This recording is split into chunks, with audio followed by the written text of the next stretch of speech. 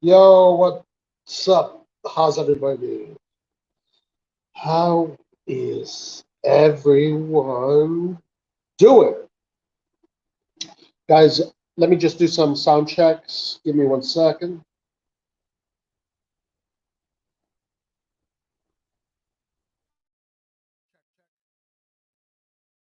Check, one, two, check.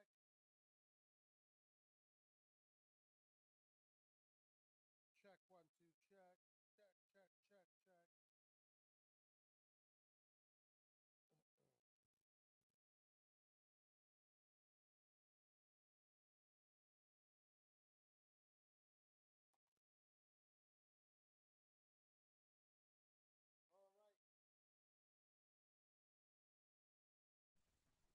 All right, here we go. Let me know if you can hear me, if everything is good. Anyway, let's get this show started. The guys, tomorrow we play against Tottenham Hotspur. We're playing against Tottenham Hotspur, and it's going to be a great match. I believe they're playing one of the most important games that Milan has played in the last 10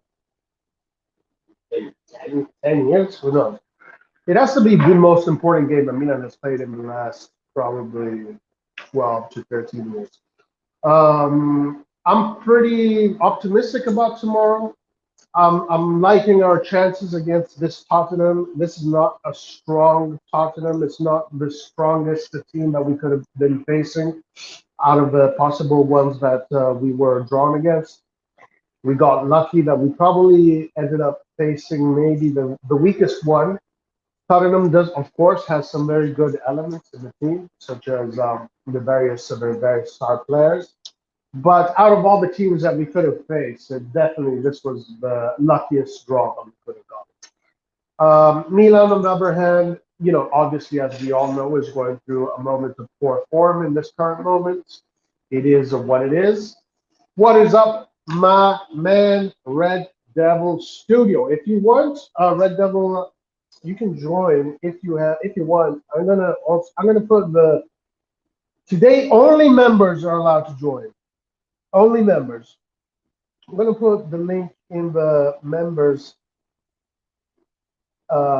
community post. So if you want to join, you do have a live coming up. I see in 1 hour. If you want to do a little bit of a pre-live, give us a little bit of your take on Tottenham. It'd be much appreciated. I am going to put the link in the membership area since you are a member. But yeah, Milan, as I was saying, is going through this moment of poor form. It is it is what it is, but they are on their way to recovery. That is definitely happening. We have the main man, Liar, in the house. What's Yo, up? all good, man. Doing Um, good? yeah, doing good. We're going to get G in here in a second. He's going to give us his 2 cents about Tottenham. Oh, he's Um, good. He's right on when he says unpredictable because they just have a lot of talent, but the structure is really unpredictable. They can have a great game or a really poor game. Depends a lot on us as well. yeah, yeah. I'm quite optimistic about tomorrow's game. I feel like we have a good chance of going through. I just Tottenham does not worry me so much, to be honest with you. I know Conte is a good coach. Obviously, he's a good coach, and Tottenham has a good team. I like the formation that I'm seeing. We're going to look at the formation. I'm liking it. I think it's a pretty strong formation. And tomorrow is a good opportunity for the boys to redeem themselves. I really believe. All right, let me put this post here for members. Boom. All right, Mr. Red Devil Studio.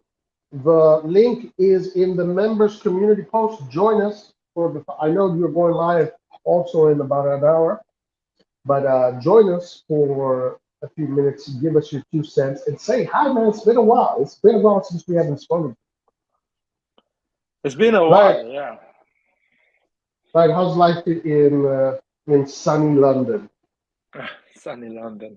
It's actually pretty sunny. It's not a bad weather. It's cold, but it's Yeah, not raining a lot, so can't complain. Life is good. A lot of work, a lot of things to do. I'm really excited for tomorrow's game, though. yeah. Um, is in terms of injuries, we are kind of even between the two clubs, I would say. Um, so I agree with you on the fact that we are getting back on track. I think we just need to keep a tight result against Tottenham. Even if we, let's say, we lose, we need to lose with honor and not concede more than one goal, I would say. So the difference goal should be one at least, no more than that. Yeah. Yeah, that's because it's a 180 minutes, maybe more game. It's not 90 minutes game. You need to strategize, and Pioli needs to understand that the Champions League knockout stage is more than a 180 minutes game. Right. Allegri says it is 4 quarters, 45 minutes, 45 minutes, 45 minutes, 45 minutes. That's the way he looks at it.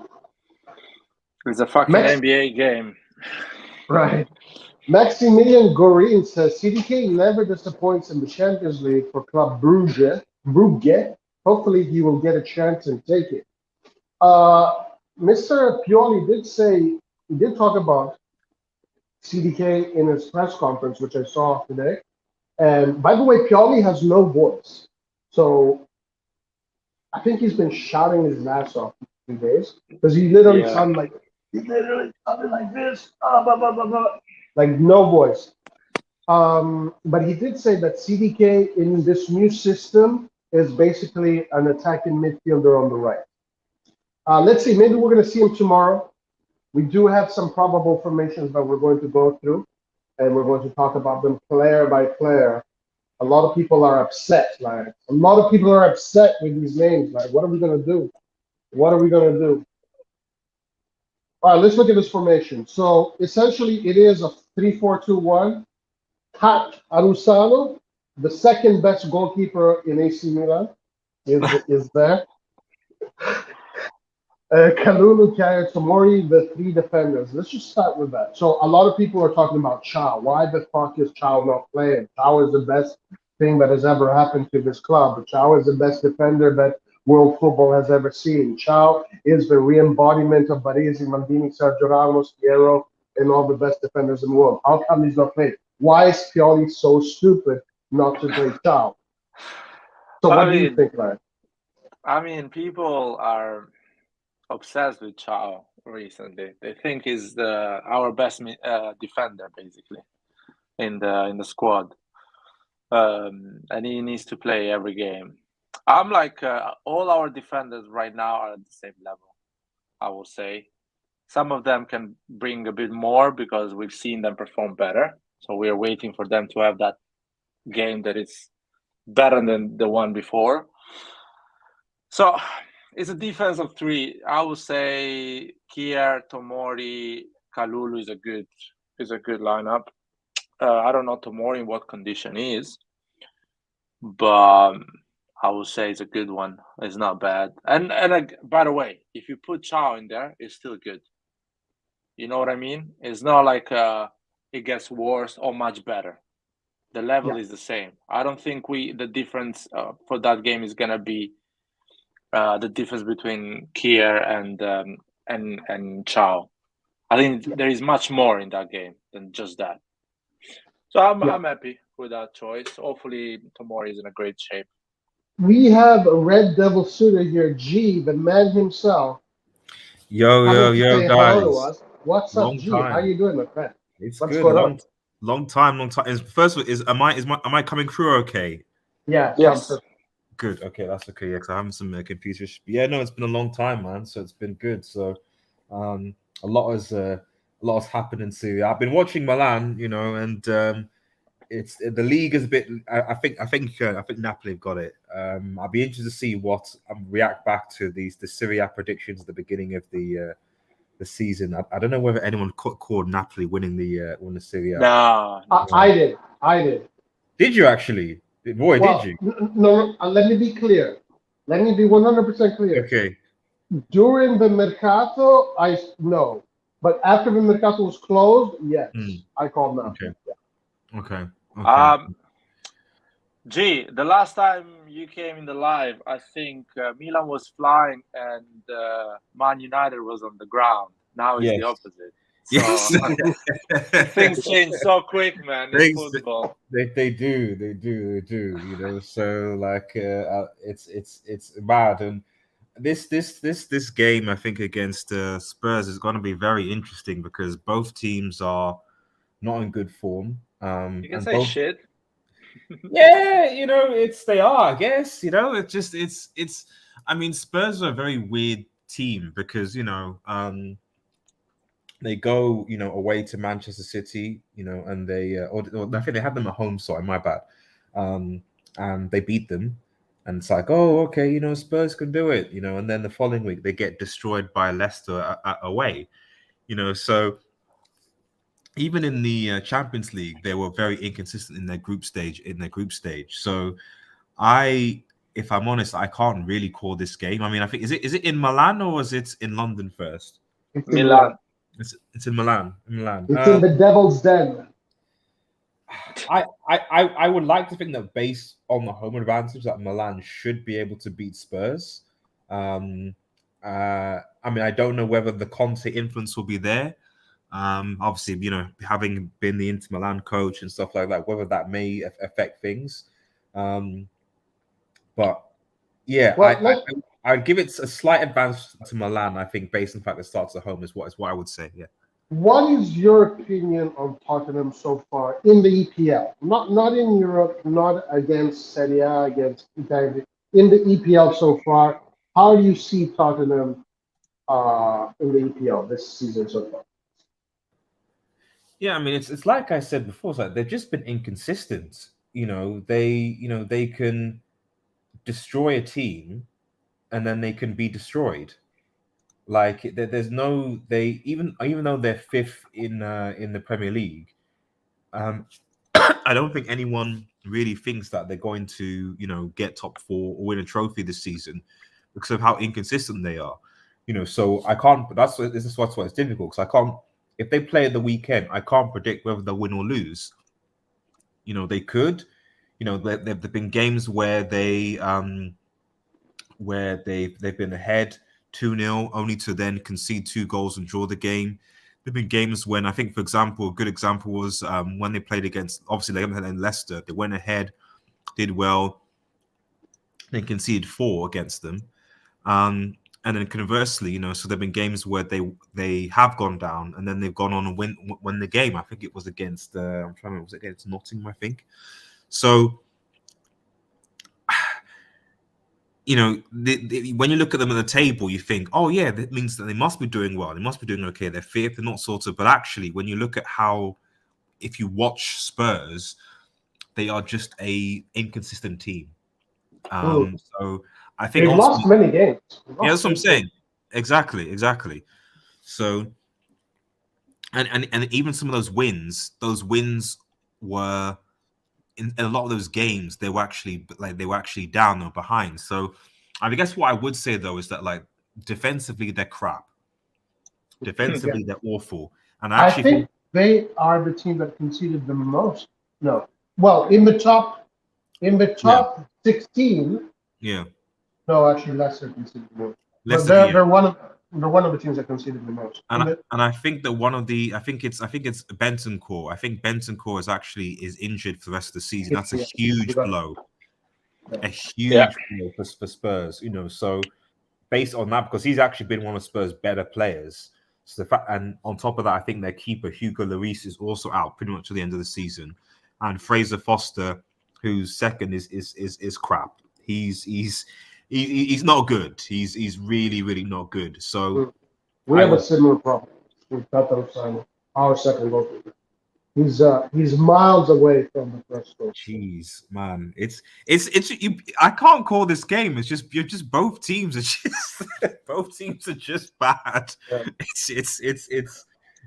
I think Yeah, whoever man. wins this game is going to probably get destroyed in the quarterfinals. And I don't mean that to be disrespectful, But I do want to say this: if we Mhm. look at all the options that all of the possible opponents Milan could have had, which included Bayern, Real Madrid, Man City, Porto, Benfica, whatever, Tottenham was probably our best draw. Like we got lucky. Oh yeah, absolutely, 100%. Tottenham was the best, unless maybe I was going to say Frankfurt, but actually, to be honest, Frankfurt actually did quite well in the Champions League group stages. So I don't think Frankfurt was one of the teams we could have faced. were you in their group? No, we had like 6 teams we could have faced based on the On the thing, UEFA. Frankfurt was one of them. Yeah, Frankfurt no, was not one. but no. But we had Man City, we had Bayern, Real Madrid, we had some other big teams. Tottenham was from Tottenham and maybe Porto were the two, in quotations, like weaker teams. You know, they're not weak. None of these teams are weak, but maybe the more, let's say, doable for me. No, exactly. I mean, at the very least, I expect Milan not to lose. I mean, of course, yes. There's always, the threat of Harry Kane, and on Son if he has a good game, for example, they can always be a bit dangerous. So there is always that. But with Spurs away form and with the injuries that they have, I'd expect Milan at the very least a minimum a draw, but ideally they should be winning at home, I think, against the Spurs side. Yeah, and speaking of goals, I'm seeing that they do score a lot of goals. They're one of the teams that has scored the most goals. So they definitely have goals. Harry Kane is still this. I mean, it's a bit weird because Haaland obviously is doing a madness in the Premier League right now. But technically speaking, Harry Kane is still the second top goal scorer, I think. I think he's got 15 goals or something like that. So, okay, 17, yeah. So that's the only thing I'd be a bit more about Spurs. That even though I don't like hyping British players, what I will say about Harry Kane is that he is a relatively consistent goal scorer, and he's actually quite a good playmaker in the number 10 position. His link-up play and his passing the ball is actually very, very good. Oh, yeah, he's a top striker. No doubt about that. So that's obviously going to be a threat. Yeah. Look at Haaland. How the hell did he already score 25 goals? Oh my lord! It's ridiculous. It's actually... hold the phone. So Haaland has scored half of Man City's goals so far. Yeah. Look at this. Man City scored 56 goals. 25 of them are from Haaland. That is some insane numbers.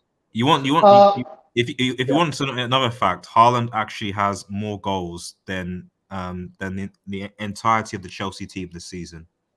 That's how it changes all the time. Look at this. Chelsea, 23 goals. 23 goals. Haaland's 25 goals. That's crazy. They lost 7 games. Man, they're not doing well. Huh? Chelsea also. Listen, what do you think about Chelsea's winter transfer market? What are your opinions of that?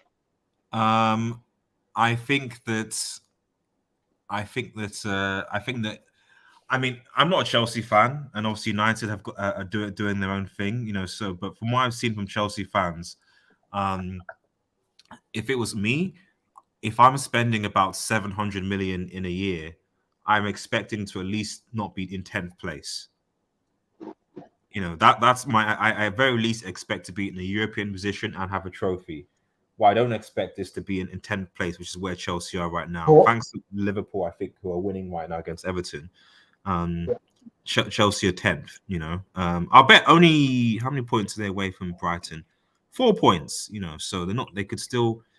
I love to see Chelsea in the Conference League next season, either them or Liverpool. It'd be great, entertaining to watch, given that United are going to be.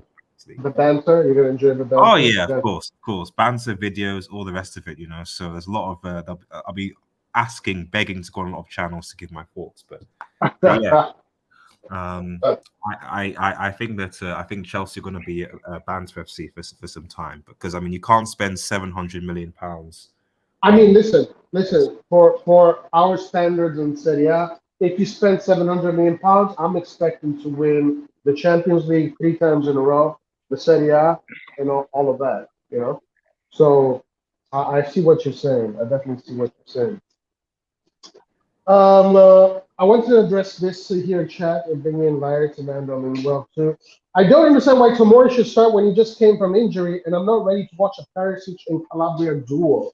Well, Pioli did say Tomori is 100% fit and ready to go. Benacer is not. So what do you guys think about Tomori? Are you confident he's going to get the job done? Should Tomori be worried about Kane? Tomori knows Kane really well. I'm sure they practiced when they play for England. What do you guys think? G, Clark, and Anton can go first. He just got in, Yeah, so hello guys, how are you doing? all good, man. Yeah, but the problem with Tomori this season, he's playing very poor since the start of the season, and he's coming back from injury, so it's gonna be quite difficult. Not just that, and also because Milan hasn't had the luck against EPL teams in the last decade. We mostly are on a losing streak. If Mike was healthy and back, I would be pretty sure that we're gonna win the game. But in this kind of situation, especially also, Kjaer is terrible since returning back from injury, so that worries me a lot. Even though Tottenham are not in great form, but they can hurt us a lot in set pieces, which is our biggest weakness from since forever. So that those are the couple of things that got me worried for tomorrow, and also Benacer not playing because we don't have that depth in the midfield to allow ourselves one of our best players to play. We don't have proper cover for Benacer. So we gotta hope to play a little bit more defense. I'm expecting a similar game like we played against Inter, just to put everything in defense and to hope we not concede and maybe try to score some goal on the counter attack. Because unfortunately we don't have currently the quality to outplay Tottenham. So I'm expecting a very difficult game. If we get a draw, at least I think it will be much easier in the away game because hopefully by then Manyan will be back. So I'm just hoping not to lose tomorrow. yeah, just one thing, Bo, to keep in mind, and then Larry, I don't know what you think. Tottenham is also missing some key players. They're missing both their starting midfielders, Hoyland and Bentancur, who are the starters. Basically, the equivalent of our Tonali and Benacer. They're both out, and their second goalkeeper. So they have some absences. But What about you, Larry? What do you think? Going back to the Tomori Harry Kane, I think Kroenke should be more worried about Harry Kane because he likes to come deep and become almost a number 10. And Kroenke is the player in front of the defense. So he needs to be careful not being trapped between the midfield and Harry Kane. And if Harry Kane goes in that area and gets the ball, he can shoot, give a decisive pass, and give you a lot of problem. Even if he gives a decisive pass, he will run to the box, and for the defender that is already in the box, will be really difficult to handle that situation because Harry Kane is going to come running, and we know that or you are positioned well or you're completely fucked in that situation. So Harry Kane is a bit of a difficult one because Kroenke needs to do a great job on that side. About Tomori, if he's fit 100% physically, I think he's going to do a great game because on a defense of 3, Tomori didn't perform well this season because the defense of 4. So 4 at the back is different from 3 at the back. 3 at the back, you're more covered because you are basically 5 with Hernandez and Calabria. So I think he will do a great job on that side. A lot of pace. I think it will help a lot Theo Hernandez to go more forward, and he's going to give more confidence on Theo. So I'm not worried about Tomori. Set pieces, they're good. Tottenham is really good at set pieces, but let's see. Tomori Tomori will be facing Kulusevski and Emerson Royale mostly on this side because he's going to play center right if these two play. Now, G, you are British. You know Tomori. Tomori is English. Kane, Tomori. What do you think? You think it's doable for Tomori? I mean, it's it's yeah. I mean, it's always doable. I mean, it's difficult. I'm gonna lie because, like I said, Spurs are very unpredictable, and even Kane, can have a good game and potentially can have a disaster glass. So I think definitely, and at the home stadium with hopefully the Milan crowd, I don't see any reason why Tomori can't pocket Kane. Yeah, I just it's boy, it's difficult. It's really difficult. So because it's well, let me ask you this: go on, yeah. do you want Tomori to play in the English national team over the other defenders that are playing the Darius McGuire? I would say no. Only simply because well, I mean, as in he should be part of the squad. I think he should be part of the squad. But in fairness to Gareth Southgate, the centre backs with Maguire and Stones, have done well for him. Even the goals that they conceded weren't necessarily because of them. And I think that, say, John Stones, for example, is a better ball playing centre back in terms of how he can carry the ball forward than, say, Tomori. And Harry Maguire, whatever you say about him, is actually very good in the air in terms of dealing with crosses and set piece and all the rest of it. He's actually been pretty good for England. It's just when he wears a United shirt, that's when he tends to just sort of be awful. Well, yeah, you know what? To be fair, England plays with a deep line, so both defenders kind of make sense. Tomori is quite good at playing a high line because he's quite fast and his recovery is really good. But I guess that makes sense. But you say he should at least be in the. Yeah, I mean, it ultimately really depends on how because I think what Milan needs to do is Milan needs to take the game to Spurs because Conte is not going to come out and play his. Spurs are very much like this season, been very much like we can counterattack well, and take off teams. But when it comes to actually having possession and actually kind of working the ball around to actually score, they haven't really been able to do that this season. So you can do one or two things. You can give Spurs possession and let them try and break you down, and then you guys hit them on the counter or whatever, which is one way of potentially beating them. Or you can go at Spurs from the beginning, and try and cause them to be uncomfortable, and then don't give them time to sort of settle into the game. That's basically the two ways I would say that you could potentially beat Spurs. And this brings me to the next question. Perfect segue. Spurs is a team that does not hold the ball. They're a team that stays back, right? So in Milan's previous version of January, Milan was a team that liked to stay high up the pitch, press high, kind of dominate, be a courageous team. But now now with all the bad results, they've decided to kind of go the opposite way. So how's this going to work out? We both have two teams that are going to wait for each other. Like, how is this going to work out? What do you guys think? How do you guys predict? Let's start with that then. Yeah, well, as I said, the smart thing for us, because we cannot hold the ball, we cannot create anything, especially with Tonali and Krunic playing together. We don't have Benacer to create. We don't have Benacer to hold up the ball. So it will be smart from us to let Tottenham play the ball. Especially, also, they have a lot of problems in midfield. So if we give them the ball and leave them to play a little bit, they won't be that good because they don't have their first option also in the midfield. And just wait on the counter attack. The only thing I would do a little bit differently than Pioli in this game, because if we're gonna play that defensively, is I'm gonna put Giroud on the bench and maybe play Origi or CDK as the starter and put Giroud in the second half. Because Giroud is not gonna have that energy to go 90 minutes, especially in playing all the time in the Serie A as well. So we have to hope to avoid a lot of set pieces, which will be rather difficult for us as well. So if we manage to minimize those two situations, I think we have a very good chance to win. The only things I'm Okay. also concerned I'm about the duel between Calabria and Son, because Son is so fast, he knows how to dribble, he has a very good shot, and he's gonna play against Calabria, who, to be honest, after the injury, he's playing very bad.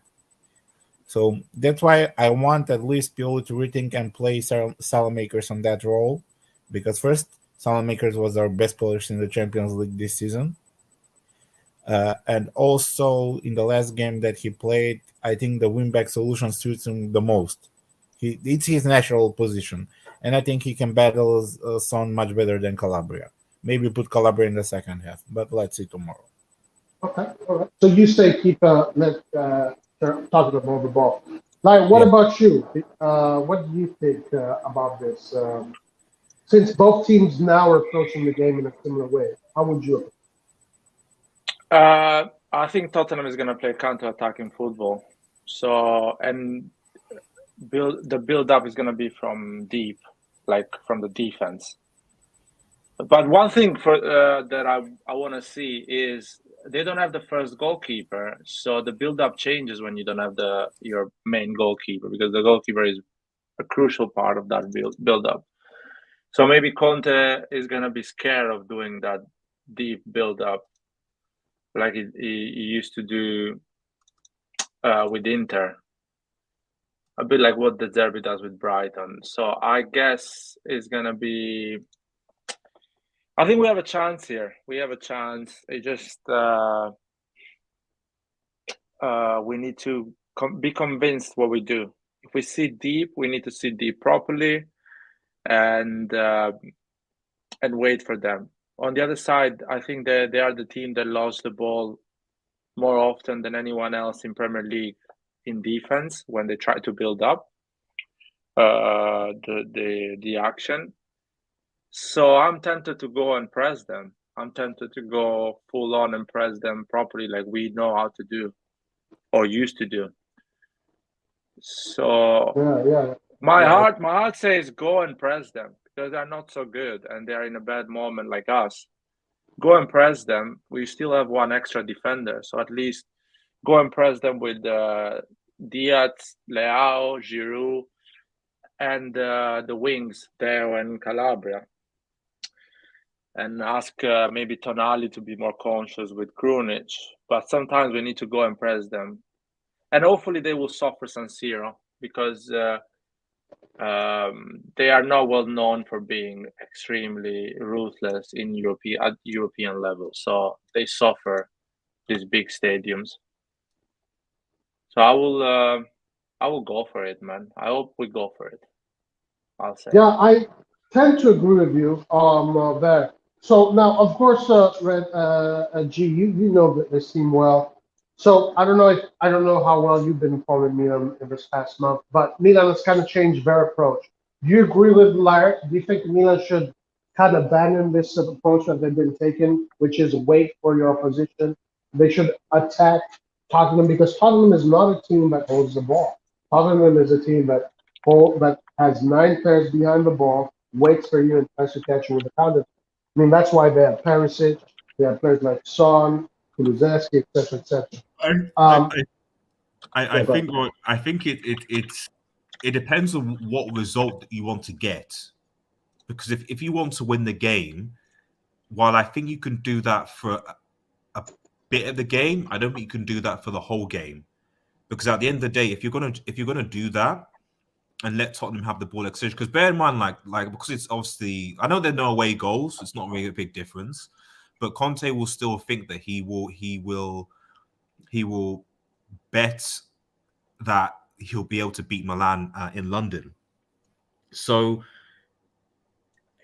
it's a balance. It's like, okay, you can either take the option where you think, you know what, we're at home, we've got the Milan fans, let's actually just put them on the pressure from the get go. Almost like how when United play Leeds, how after the first minute of each half, Leeds put United under a massive amount of pressure. They made mistakes and they're able to get their goals. and given Spurs actually find it very difficult to come back from that. So for me, I would say that Milan should start that way, okay, but then as the half progresses, they should cede possession. Once they've rattled Spurs, once they've rattled them all, and hopefully got a goal from that, then they can probably cede possession to Spurs, maybe a bit more defensively, but compact, counter attack, etc. That's how I would play, because I think if you just cede Spurs possession, I think they'll be happy with that, and they might not necessarily have any. Because these types of games go a certain way where it ends up being 0-0 at 80 minutes, and then maybe both teams start going at each other, and it ends 0-0, and you're like, okay, well, was that a better result for Spurs or for Milan? Spurs, obviously, and does that mean that Milan now have to go all out against Spurs in London? Well, that would be terrible, so because you'd be even more vulnerable. So I just feel like Milan need to at least press the advantage at some point during the game. Whether that's they do it in the second half, whether they start it in the first half, I don't know. But they do need to do something like that. Gotcha.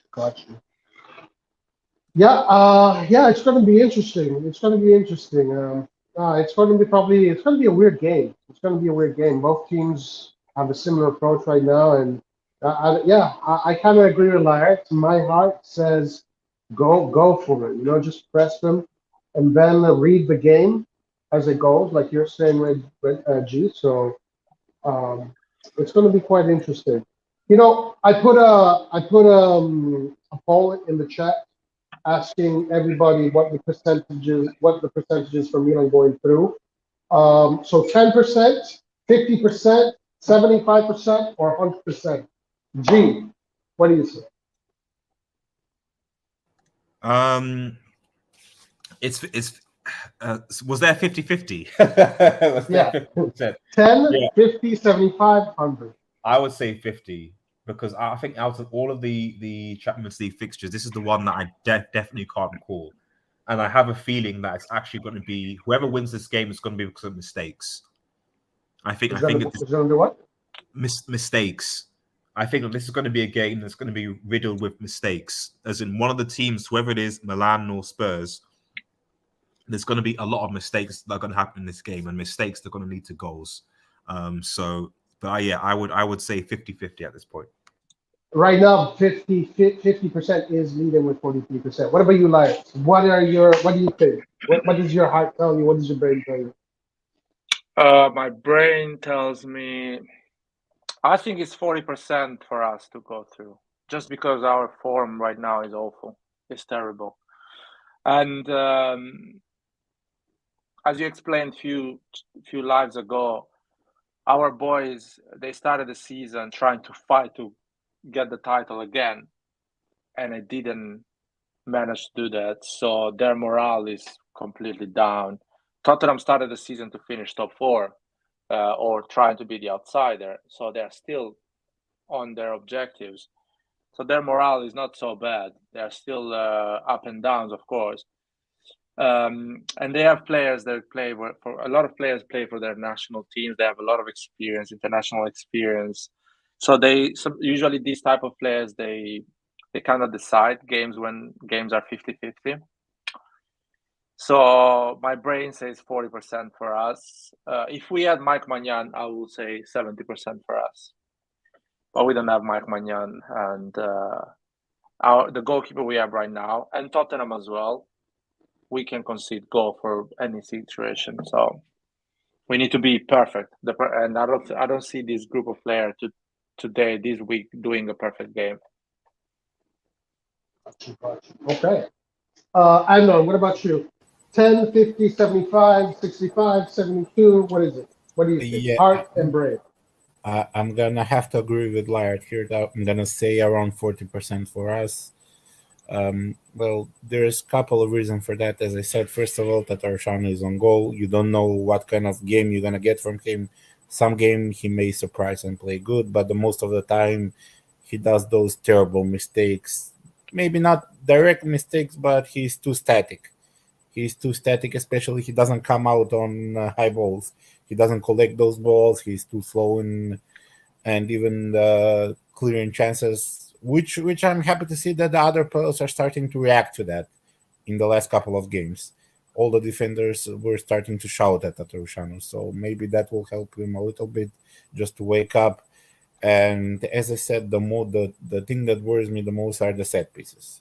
They have been a weak spot for ages, and especially in our poor form, it's gonna be even more dangerous. If we manage to hold them to a 0-0 at least at the first half, which I hope that we can, I'm gonna say we're gonna win the game till the end. But again, it also depends. Also, Tonali is playing bad. Depends what kind of game we're gonna get from him as well. And as I said, the fact that we don't have that much luck with EPL teams because of their physicality in the last 10 years, we have bad results against them. They're more physical than us. So those are the reasons why I say 40-60, but you never know. Okay, I'll give you my 2 cents. So I'm quite optimistic. I think Tottenham right now is a team that is not in great shape. They are struggling, and I think the San Siro is going to be a key factor. I'm going to give it a 60-70% Milan goes through. I think that Milan does have the ability to go through this Tottenham, but I'm not underestimating Tottenham at all. I'm fully aware of Sean's capabilities, of Kane's capabilities. Roy, I've got to bounce. I've got to bounce on the stream. I'll see you guys in a bit, though. Yeah, you got a stream coming up right now. Yeah, I hope you come on for some of the match reactions. Fingers crossed, Milan get the dub. All right, thank you, man. Peace. See you next time, man. Guys, subscribe to Red Devil Studio. He's got an awesome YouTube channel. Talks about Manchester United, the EPL, and football in general. He's starting live right now. So anyway, going back to me, I'm quite optimistic about this Milan. Tottenham does not scare me at all, to be honest with you. But I could just be overly optimistic. It could be something like that. I really think San Siro is going to be a key factor, and I think it can be one of those beautiful AC Milan nights. All right, so for me it's 60-70%. Let's talk about Calabria and this formation. So this is the probable formation that we have. Tomori, Kalulu, Calabria, Teo, Leao, Giroud, Diaz. Let's talk about a few of these players. Let's start with Calabria. First of all, let's go with Laird, because I haven't heard Laird's opinion. I know what Ender's opinion is. Laird, are you happy with Calabria there, or would you rather see Salamakers? No, I'm happy with Calabria there. I'm happy. I don't think the difference between Calabria and Salamakers is so big that is a deal breaker. You know what I mean? I don't see any player right now being a deal breaker for us. Should play or should not play. Even Leao, that is our best player. If he doesn't play or he plays, I don't see it as a deal breaker, considering the performance he had. I will play him because we're waiting 2 months for him to have that performance, the Leao performance. So maybe it's this week. But he's been ghosting a lot of games recently. So right now, no one is a deal breaker. There now is, of course, a deal breaker because no one can actually start in that position and be at the level of Teo. Anyone else is, whoever you start, it looks like the same to me. Kalulu and Calabria are going to have to defend Perisic and Son. Do you think these two can take care of those two players? Is it 100% sure that Son is starting, by the way? No, I'm just speculating. Because I don't know. First of all, Son is at his worst season this season. He's like if Tomori had a bad season or anyone else had a bad season, Son is having an awful season as well. Gotcha. So maybe we will help him to bring back his confidence. But I don't see. I'm worried, but not like crazy worried. And Son is he needs space to be dangerous. If we're not giving space to him, I don't think it's gonna be incredible. Counter-attack players. Son and Kulusevski are counter-attack players. I think Kulusevski is a bit more has more flair and dribbling.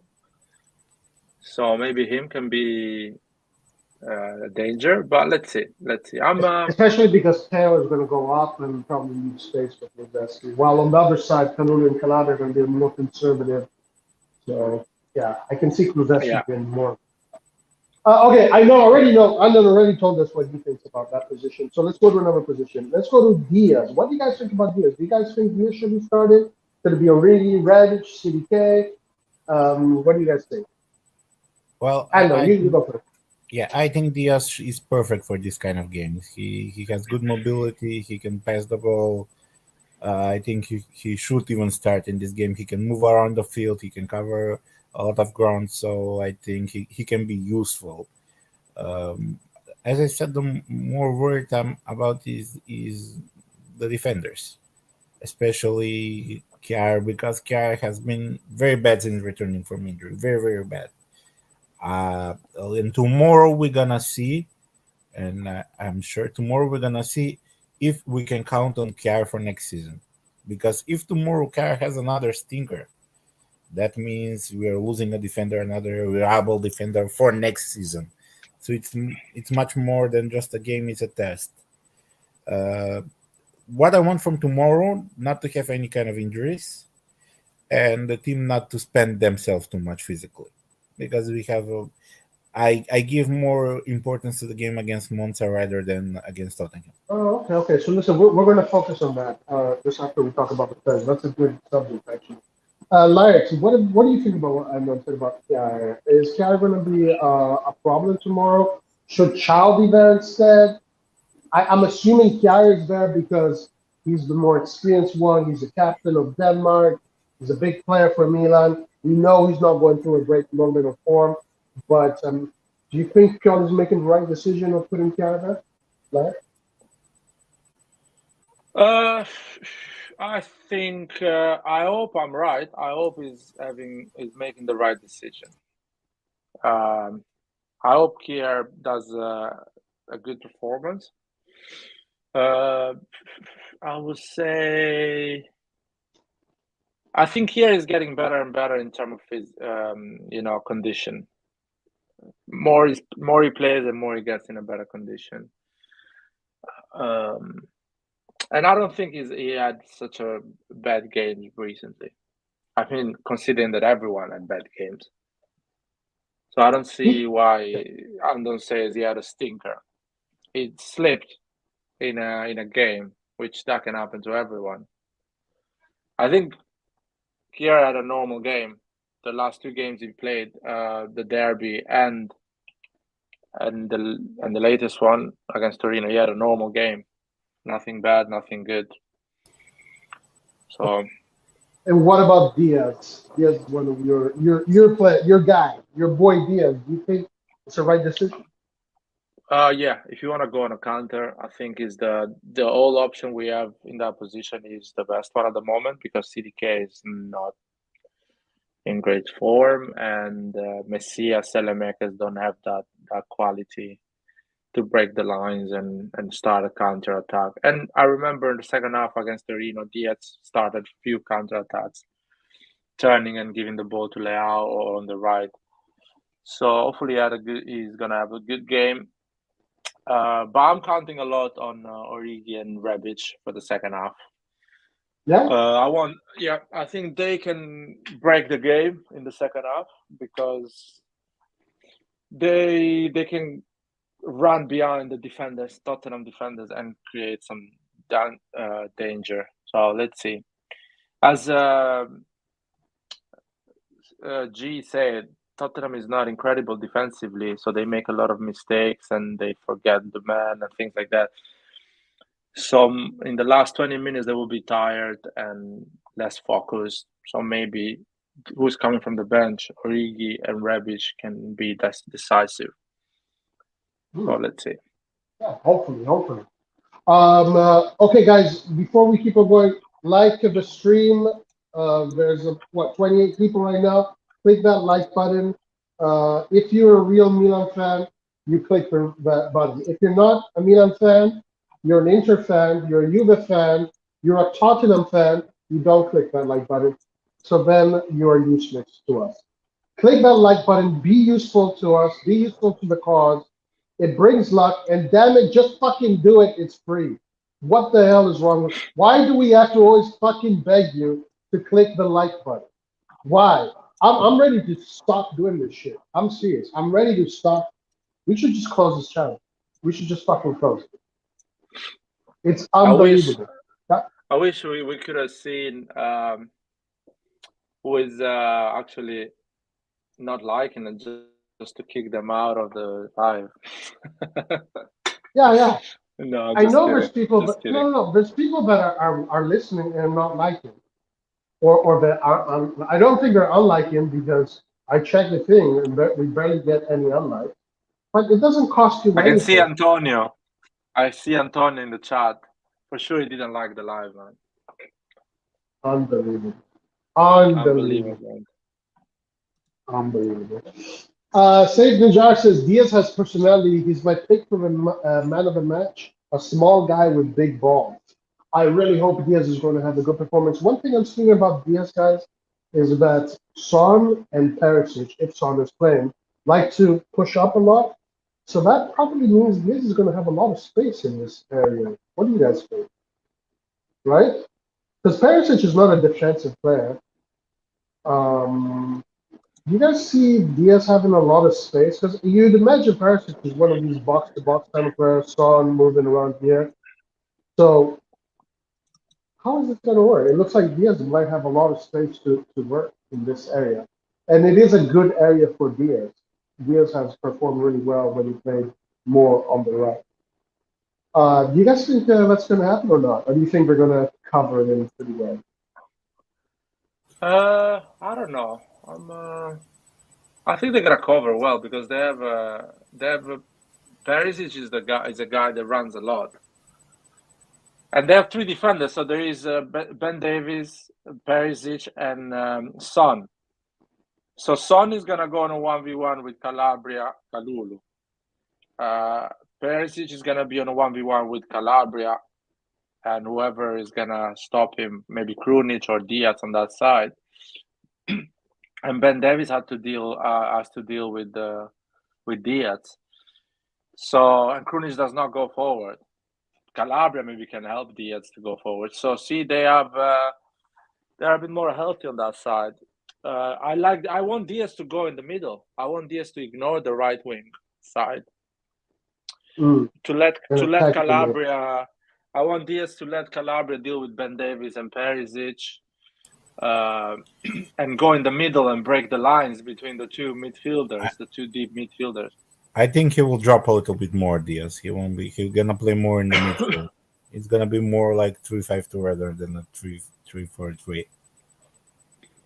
He's gonna shuffle from those positions.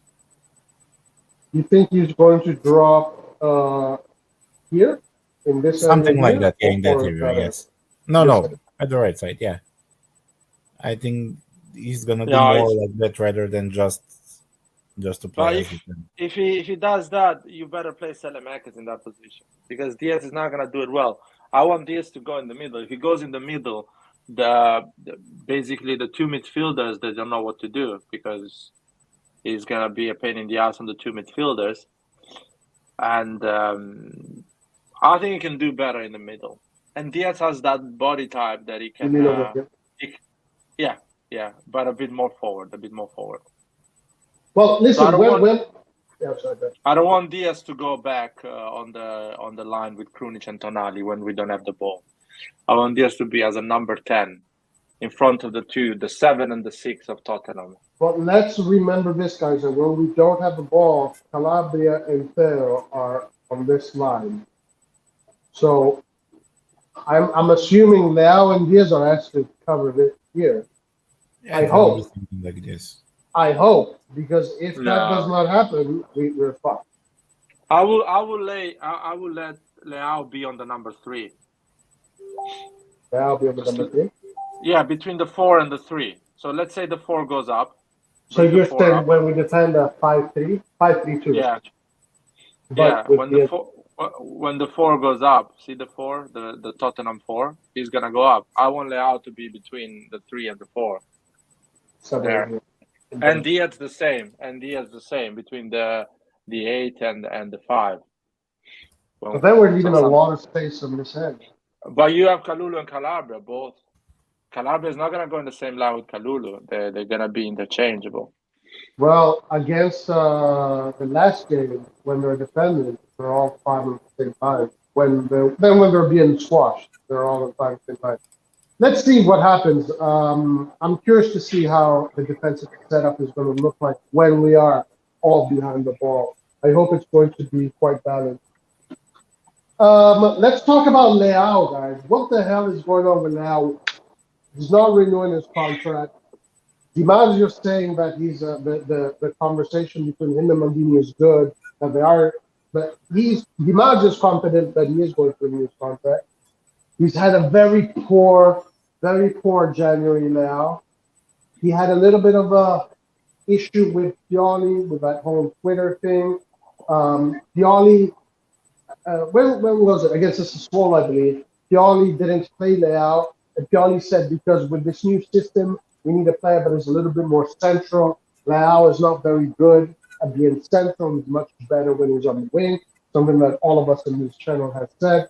And then it came out a little bit later that Leao told Pioli he wants to play more central. That is his favorite position. So it's a mess. What do you guys think? Do you think Leao is finally, and also Leao is under the microscope of a lot of teams, right? Yeah. Is Leao going to perform? Yes or no? What do you guys think? This gives flashbacks at the first years of Leao when they tried him in that second striker position. I think it's more, how to say this, it doesn't give him that much freedom. He's covered by more players, and he has troubles playing like that. And also, again, as you said, I think his mind is also not at the right place with the renewal and everything. I think this bad run of form a little bit slowed down the negations about the new contract, which I can understand honestly, and it's affecting him how he plays. So tomorrow also will be a big test for him as well, because it will be a big game and it will kind of show something if he can perform in this kind of games, to show if he wants a new contract and demands that money that he demands around 7 million per year plus something with the fine, he needs to show tomorrow why he deserves that. Because if we see Leao not performing again tomorrow, that's a player that, even though he's our best player, maybe it's time to move on, because we don't need players at the team that are not with their mind here. It's more damaging than the team rather than the team to gain something out of that. So it will be a huge game for him tomorrow. Hopefully he can show why he's regarded highly that much. Yeah, hopefully he has a great game. I'm rooting for Leao tomorrow. He has a big game. I want the fans to fall in love with him again, him to fall in love with the fans again. And I think tomorrow is such a great opportunity for him to do it. Paul says Leao is not renewing because he listens to the lies and knows boomers like Laer have been shitting on him all season. Laer, this is a straight provocation. How do you respond to this? Well, if he's so fragile, he should not renew. Should just go to the EPL if he's so fragile. Milan is not for fragile souls. There you go. That's what I'm there you saying. go. Okay, what about you? Like, what do you think? You think Leao is going to have a big performance or no? I hope so. I hope he's going to have a big performance, because he's asking big money, and those big money means you need to perform in these games. I don't know what people think and about Leao. I don't even care. I just want the guy, a 7 million net player, should perform differently in these games. I should not allow the performance of the team interfere on his commitment and performances. I had the big players that play for Milan, the one that were paid a lot of money, they performed even when the team was not performing. When the game was finished, I was saying the team played like shit, but Sheva, Kaká, Pirlo, said or they were on top of the things. They were playing football.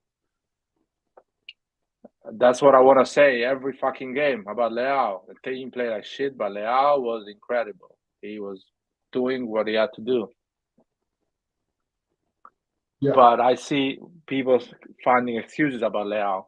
If a 7 million net salary football player needs excuses by people on a chat on YouTube, he's not a 7 million net player. Yeah. Well, hopefully he has a great performance tomorrow. It's a great opportunity for him to show his worth, and we need someone to we really need Leao to start to really actually carry this team on his back in games like this, being the player that wants to get paid the most, being the player that is being considered as a potential future leader. So tomorrow's a great opportunity for now. The other player is Theo Hernandez. We need that's another player that usually solves us big games. What are you guys expecting from DJ Theo? DJ Theo is back in town, man. Back. Well, hopefully tomorrow again, because he won't have that much of a difficult job, especially in attack. So he should use his attacking quality that he has. He was very limited at the start of the season because he was given more defensive responsibilities. But in this formation as a wingback, I think he can fully exploit his abilities, and he can fully use his attacking prowess. And I hope they can click with Leao again and show why Milan had last season. Milan had the best left side in the world. Nobody had a better left side.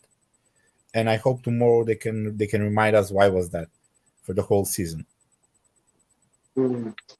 Okay, so you're expecting a big performance. Leao did have the winning assist the last game. Like, what about you, DJ Leao? Are we going to see a big performance from DJ Leao? DJ Theo? I call him a Super Saiyan Theo.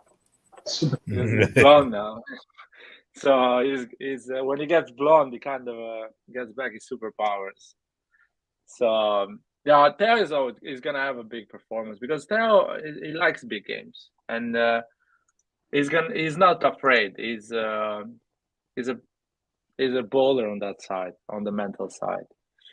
Maybe he can do mistakes. He's a guy that does mistakes on games like against Fiorentina, I remember, things like that. But big games, derby, things like that, he's always giving everything. And I saw him in a different,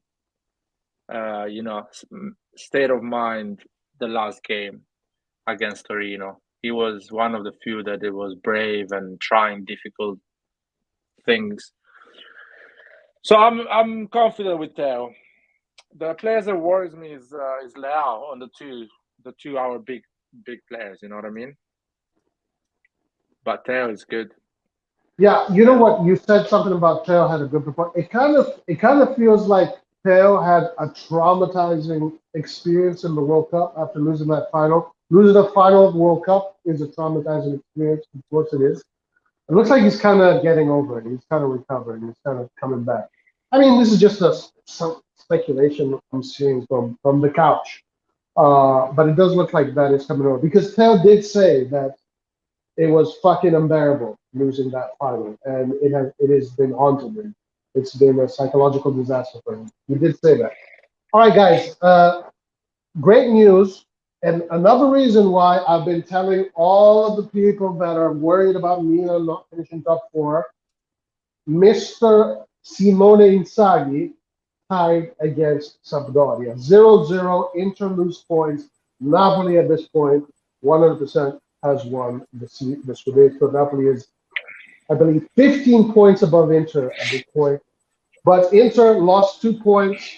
That race for the top four is very tight. You do not need to be worried about any of these teams. They're going to be losing points left and right. So, of course, Milan has to get their job done. But anyway, good news for Milan. Inter tied against relegation battlers Sampdoria 0-0. Any words about that, you guys? I just want to say about Napoli that I hope they win the Champions League as well. I really hope. Yeah, why not? I think, as you said, right now, because it's been 7 months now, Napoli is the best team in Europe. I know it's weird for people to hear that because it's an Italian club and people don't want to hear that. But Napoli is the best team in Europe right now. Yeah, in the top 5 leagues, they're the team that has the best. If they prepare mentally these games properly, I don't see any team beating them. If a team is gonna beat them, it's gonna beat them on experience, on episodes, small details that sometimes, like a yellow card or a referee that is a bit dodgy and you don't understand his way of refereeing, so you're too aggressive on your game and things like that, or a penalty, a stupid foul, things like that. Yeah. These small details is the only thing that stops Napoli from winning the Champions League. But as a football, they are the best team in Europe right now. Yeah, they could get arrogant and even lose against Frankfurt. They got to be careful. But they definitely have. I definitely agree. They have everything they need to shoot for the stars. The only because Napoli has been the best team in Europe for the past 7 months, but the only thing that can stop them is maybe the inexperience in European games. The sides they can beat them, I think they can beat them on experience, because even we saw last season, Real didn't have the best games, but they won their game because they have experience in the competition. So there are a lot of teams that can make trouble for them. But again, as Lars said, it's all about the mentality they will have. In Serie A, if they somehow manage to lose the title, I think they should stop existing, because this is a situation where you cannot allow yourself to lose the title. Yeah, it's like, only they can lose it at this point. I think if Napoli plays the Primavera, half of the squad is a Primavera, they're not going to lose the Serie A. Yeah, because it's 15 points advantage, and plus there's only like 16 games till the end of the season. They need to lose at least, let's say, 10 games to lose the title, because none of the other team is going to win everything till the end. Neither Inter, nor Milan, nor Lazio, nor Roma, nor Atalanta. None of them is going to win all the games. I'll tell you what, no team on the top 10 is going to lose 10 games. Yeah, so that's why I'm saying. So Napoli is one of them as well that is not going to lose 10 games. So with that in mind, they can focus on the Champions League now a little bit more. They can allow themselves to be a little bit more relaxed in the league. We may even see them during the weekend even dropping points in Serie A just to get ready for the Champions League, because they play, I think, next week, something like that, or they play this week. I'm not sure. We're going to go. I don't even think they're going to lose points in Serie A. They have the luxury. They have the luxury to allow themselves to do that. That's the thing. You know why? Because the players that are going to play, they're going to be motivated to get a place in the squad. So let's say Raspadori plays instead of Osimhen in Serie A. He's going to give everything because he wants to play on those Champions League nights, even 20 minutes. Yeah, I understand you, but still, they can allow themselves to preserve energy and even drop points because they have an enormous advantage over everybody else. So that's my point. Usually, when teams have advantage like that, they tend to give up the games in the domestic competition, because it doesn't mean for them anything. Even if they lose points, they'll still have an enormous advantage that nobody can get even close to that. So that gives them a little bit of an advantage to prepare much better for the Champions League. But also, I agree with Roy. They don't need to get too much relaxed, because Eintracht Frankfurt is a very dangerous team, and they don't have to. They mustn't underestimate them, because that would be a huge mistake not to take them seriously. They just need to continue to do what they're doing the whole season, because Napoli currently has a system. Even if me, you, and Roy be put in that system, we're gonna play good, because the system is very good for them. Wait, hold on. What position? No matter what position, because the system is very good and the team is playing one for like Milan was last season. Everybody was playing for everybody. even if somebody's not playing that good Zero. in the game, somebody can cover for that. So that's what I'm saying. No matter who you put in those positions, they're gonna play good because the system is good, and Spalletti is having an amazing season as a coach as well. Yeah. So This might be. I think it's his first time. Well, he hasn't won it yet, but it looks like he is going to win it. This will be his first time winning the Serie A. yes, If he doesn't royally screw this up. Yeah. yeah. Because one time I think he was close with Roma that season. He wasn't that far off. But that season, Juventus also was Juventus, and nobody could catch on them. But this is this will be his first Serie A title, and I'm happy for Spalletti because he always has been very close to the top, but never been able to win that title. It would be good. As I said at the start of the season, I don't mind Napoli winning as long as the title is not won by Juventus or Inter. Yeah, and I think a lot of Milan fans can agree with that. Yeah. Yeah, and hopefully this summer we can learn from the mistakes that we did this season, and we can address the position that needed to be addressed. We can prepare the team for these kind of situations and not just to rely on one single tactics. We can prepare the team for the 3-4-3, for the 3-5-2, for the 4-1-2. We can have multiple solutions. And that's Guys, not. we need a striker, man. I saw Of course. Zidane game yesterday. I think we're definitely going to get a striker. We need a striker, guys. For sure. It's just it's so obvious right now. The only thing that we are missing for real. Of course, we're missing some players, but the striker is gonna just elevate everyone. All the team is gonna play better. We need more aggressive. We need that young physical striker. We need that kind of a striker. There are some rumors about Hoyland from Atalanta, but I don't think we're gonna. Ooh, Hoyland, man, the guy's price is going up every single day. It goes up and up. Yeah, I don't think we will have the money to buy him.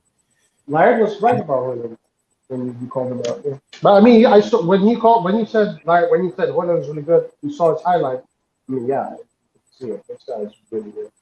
I was surprised because I saw a game of him by accident. A Serie A game.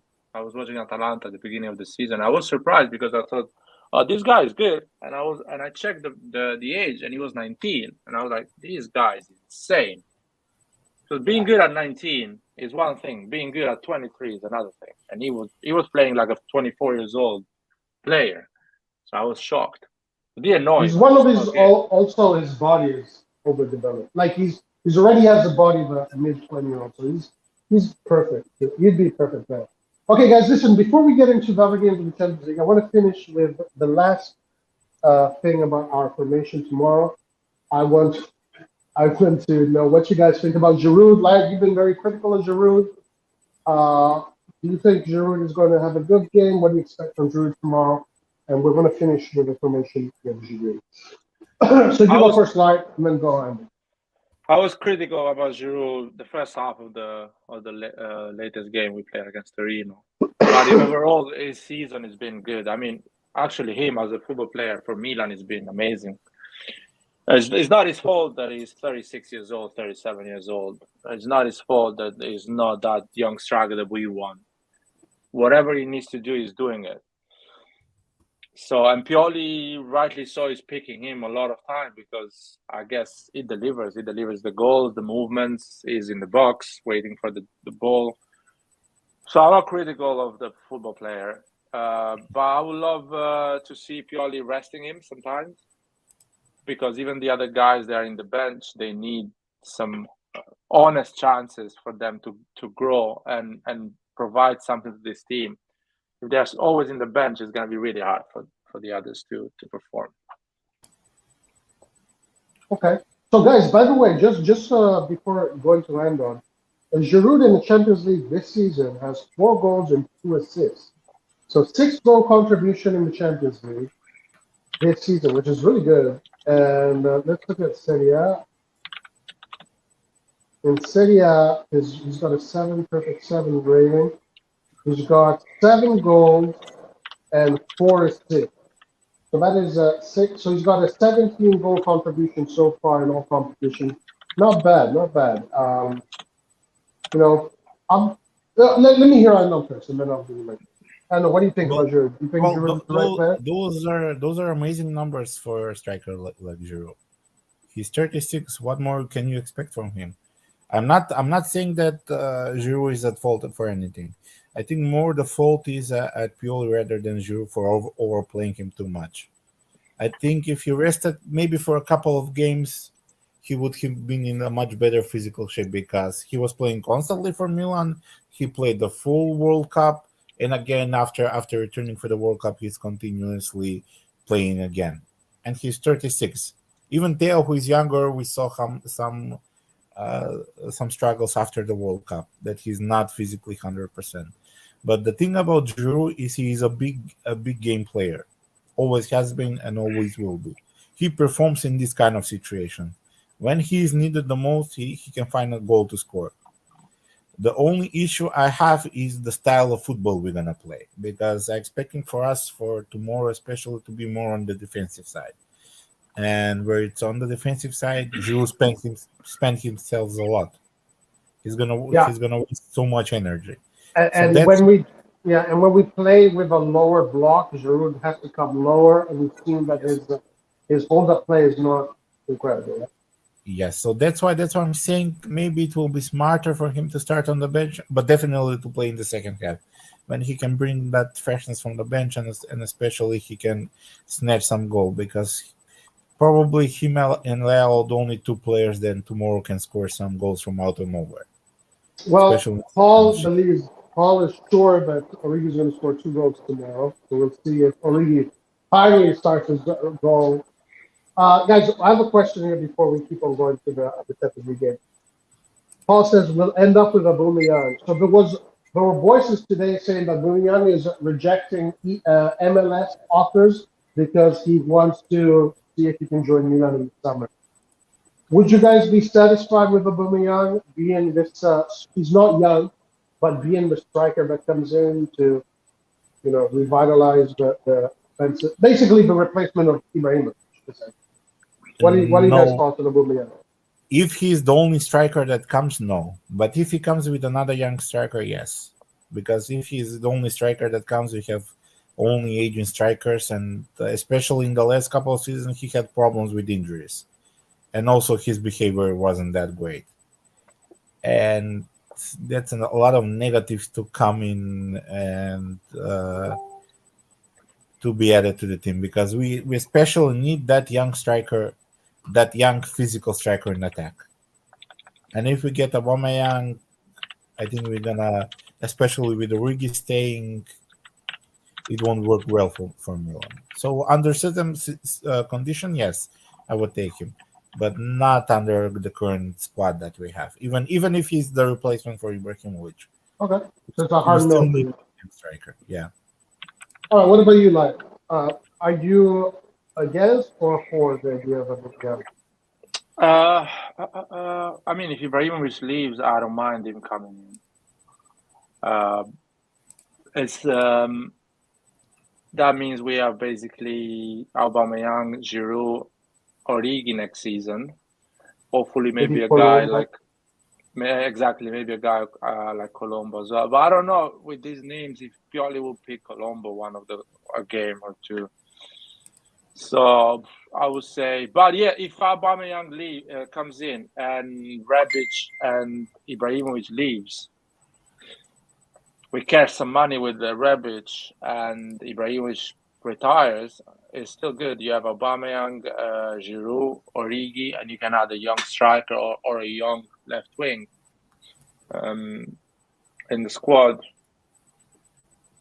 Yeah, obviously, I think all of us would agree. Zaniolo, for example. Yeah. But no, I don't see Milan spending 50 million for a striker. That's the thing. The guy, the 19 years old of Atalanta, I don't think Milan is going to spend 40 million or 50 million for him. So that's why I'm thinking Aubameyang is not a bad choice. A year ago, I would say fuck no, but now I'm like, yeah. Okay, so you're saying this because of our current financial situation? Yeah. I see. Yeah, I think we all agree. No, I would say I think we all agree. All of us would like to have a top young striker. Yeah. Yeah, so Pierre Aubameyang would be pretty much for free, just his wages. But to be fair, this season he's had 2 goals in the Champions League, 6 appearances, 2 assists, 4-goal contribution in the Champions League, which is not bad. Let's look at his numbers in the past few years. So in the Premier League last season, oh my God, very poor. 11 games, 1 goal, 0 assists. Oh, this year. That was this year. Last year, he had 4 goals. Wow, he's had very poor numbers these few years.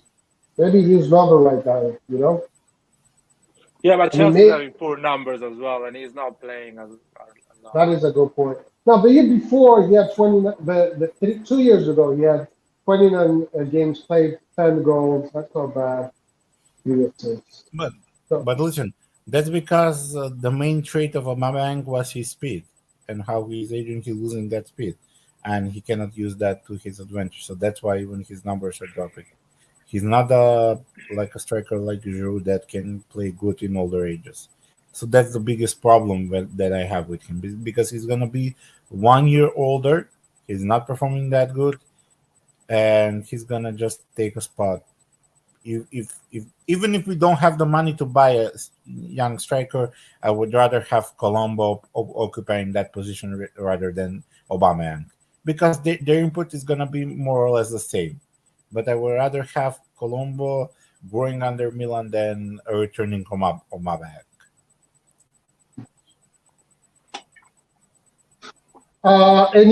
let's say, I mean, I know we already spoke about Hoyland.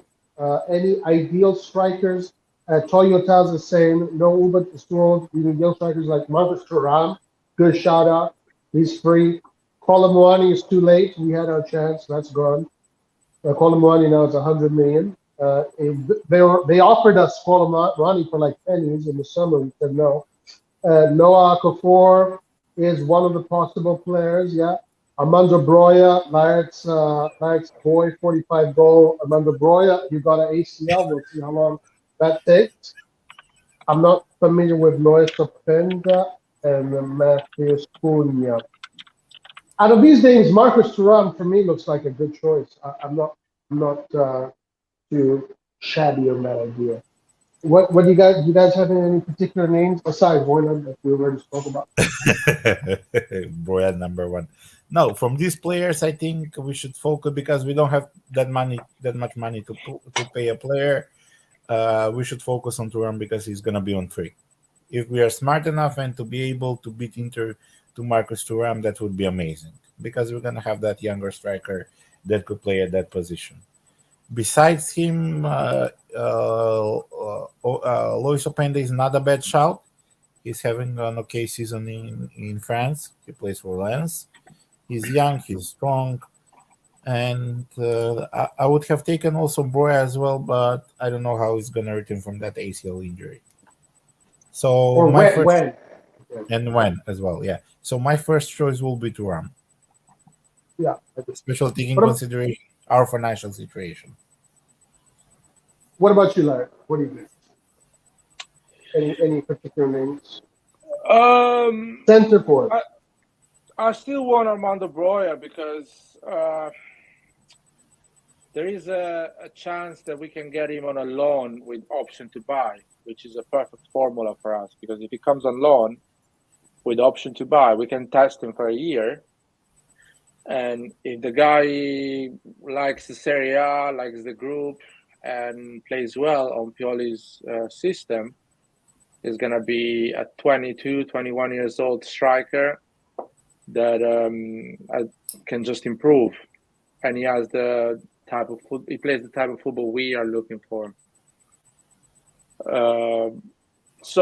And it will be probably really cheap because Chelsea needs to offload a lot of players and they're just going to get the best out of it. But, 25 million on a player that can actually perform and is good for us is a great deal.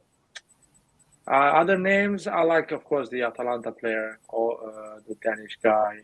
He's really good. It's expensive, but I'm expecting Milan to start to spend some money not next summer, but the summer after. Another guy that I want to see next summer is Zaniolo. He's doing everything to play for Milan. So I see a lot of commitment there. I like that. So I would say, and I want Italian players, you know what I mean. So Zaniolo will be amazing. Colombo coming back will be amazing. Aubameyang, maybe some Italian midfielder or Italian left back to help Theo on that position. Yeah, left back Pixion is saying to go for the guy from Empoli. Who's that guy? Parisi. No, Parisi. Yeah. Parisi is good, yeah. Guys, look at this. Falcon Princess. Last summer we missed out on Colomani, Enzo Fernandez, Varaskelia, Botman, and Roy. I mean, all of those players would have cost us. Well, Botman is the one out because Botman cost much more. Let's take Botman out of the picture for now, even though, of course, Botman is a top player. But Colomani, Enzo, Vare, and Hoyland would have cost us about 50 million, somewhere around there. But even with Botman, this was a doable mercato. It was a very doable mercato. Sell Rebic, maybe sell another guy. Oh yeah. If you would sell players, yeah, absolutely. Yeah. No doubt. And this would have elevated the team a level above. With these 5 players in the team, would have been a lot better than Napoli's right now, especially with the current squad that we have. Absolutely, 100%. 100%. And they were not. The problem is they were not that expensive. And all of these were suggestions by Moncada, all of them. So maybe they learned the lesson and they will try to learn to listen to him more often. Yeah, actually, there's rumors that Moncada is not re-signing with Milan. I don't know if you guys know, but Laird's favorite friend, the Longoni from Milan, hello. Yeah. He put out a video yesterday or today saying that it looks like Moncada. There's a little bit of back and forth, a tug of war between Moncada and the manager. So he might be going to Monaco. That's fine to me. Okay. Why the hell would you buy Zaniolo? He's injury prone, Robert says. Why not? Why not? Who is even Tony? You guys, who's even Tony guy? Right? He plays in Premier League. He's a Bradford striker.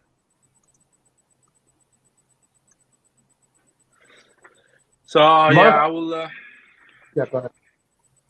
I will go for Zaniolo. Absolutely, man. Yeah, me too. I will go for Zaniolo. Zaniolo, you put Zaniolo inside the squad, and send Messias on loan or sell him, whatever, you know. You have an Italian player there, the list. Put Colombo in the list as a third striker. You have Origi Leao on the left. Origi as a striker. I want to go back on a 4-2-3-1 as well as a formation. Yeah, I mean, I like the way you play. I like the way you play. I definitely like the way you play. Toyota says Marcus Thuram is a Milan fan. Clint, what's up, Clint? Clint says no, we should move on from those signings. We're not going to involve. Those signings are gone. Like these signings that Hawk and Flynn put out here, these are gone. Maybe Hoyland is a possibility, but these signings are long gone for us. So yeah, we have to look for the next crop of players that represents those names. And hopefully we can. There are a couple of positions that we need to put focus. That's a young striker, a proper right winger, a proper backup for Benacer, because we don't have that yet, and a good central. But for the central defender, I think if they give him chance for Thiago to play a little bit more and to develop, we'll be covered in that position. So that's why I'm hoping he plays a lot more, because if he doesn't get more playing time, we will be probably spending more money on a defender. But if we manage to cover somehow that position, those are the 3 positions that we need to focus and spend big cash on them. For the rest, we can do some other things. It's not that important. But a backup for Benacer, a proper right winger, and a young striker. Those are the 3 positions that we need to focus. So hopefully we can find that kind of a crop of players that can play. Right. And I guess Ali, we're going to see what's going to happen with Ali. Picture says, honestly surprised Ali isn't starting despite him carrying a relegation side. Well, to be honest with you, Picture, there was a certain point where he was benched at Bordeaux. So, but he was, there are moments where he was like their best players. There are other moments where he was benched. Yeah, Ali is a mystery. He's always our best players in our friendlies. Very strange when he's not playing. Oh, guys, by the way, Zaniolo liked a tweet. No, sorry. Leao liked a tweet that Zaniolo put out. Very interesting.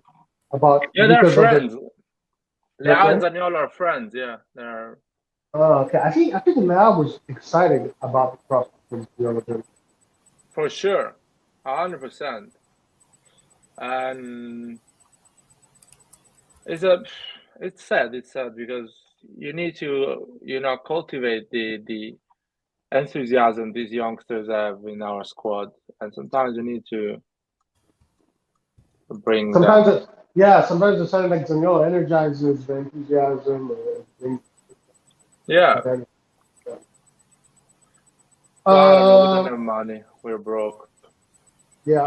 Clint says, Mitoma. Guys, Anon here. Click the like button. What are you waiting for? It is free. Click the like button. Help us out. Click the like button. All right, guys, let's move on to the UEFA Champions League. Tomorrow, big game. Milan Tottenham. We spoke about that quite a lot. Let's go to PSG Bayern. A little bit of predictions here. Big game tomorrow. I think most of the world is going to be watching this game. The Milan Tottenham game. Any thoughts on PSG Bayern, you guys? What do you guys think? What do you think is going to happen? Is Cancelo allowed to play for Bayern Munich? Yes. He was registered. Yeah. Okay, then because they said that Mbappe will be back, but he's coming back from injury. I'm giving more chances to Bayern, especially with Cancelo added to their team. They're in a better form, and I just give them a little bit more chances for tomorrow game. For the return game, we're gonna see. Gotcha. Yeah, this is a form. So Bayern has comes from 2 ties and 3 wins. PSG comes from 1 loss. I don't know if it's this way, but which way? No. Sorry. PSG comes from 1 loss, 2 wins, a tie and loss, while Bayern comes from 3 wins. Yeah, Bayern's form is definitely much better. What about you, Lai? Who do you think is going to take this one? I think PSG. PSG is going to take this one because I understand the bad form of PSG in France. Mbappe is the guy that lost the World Cup final as well. So it's not just Hernandez, and there's a lot of French players that lost that World Cup.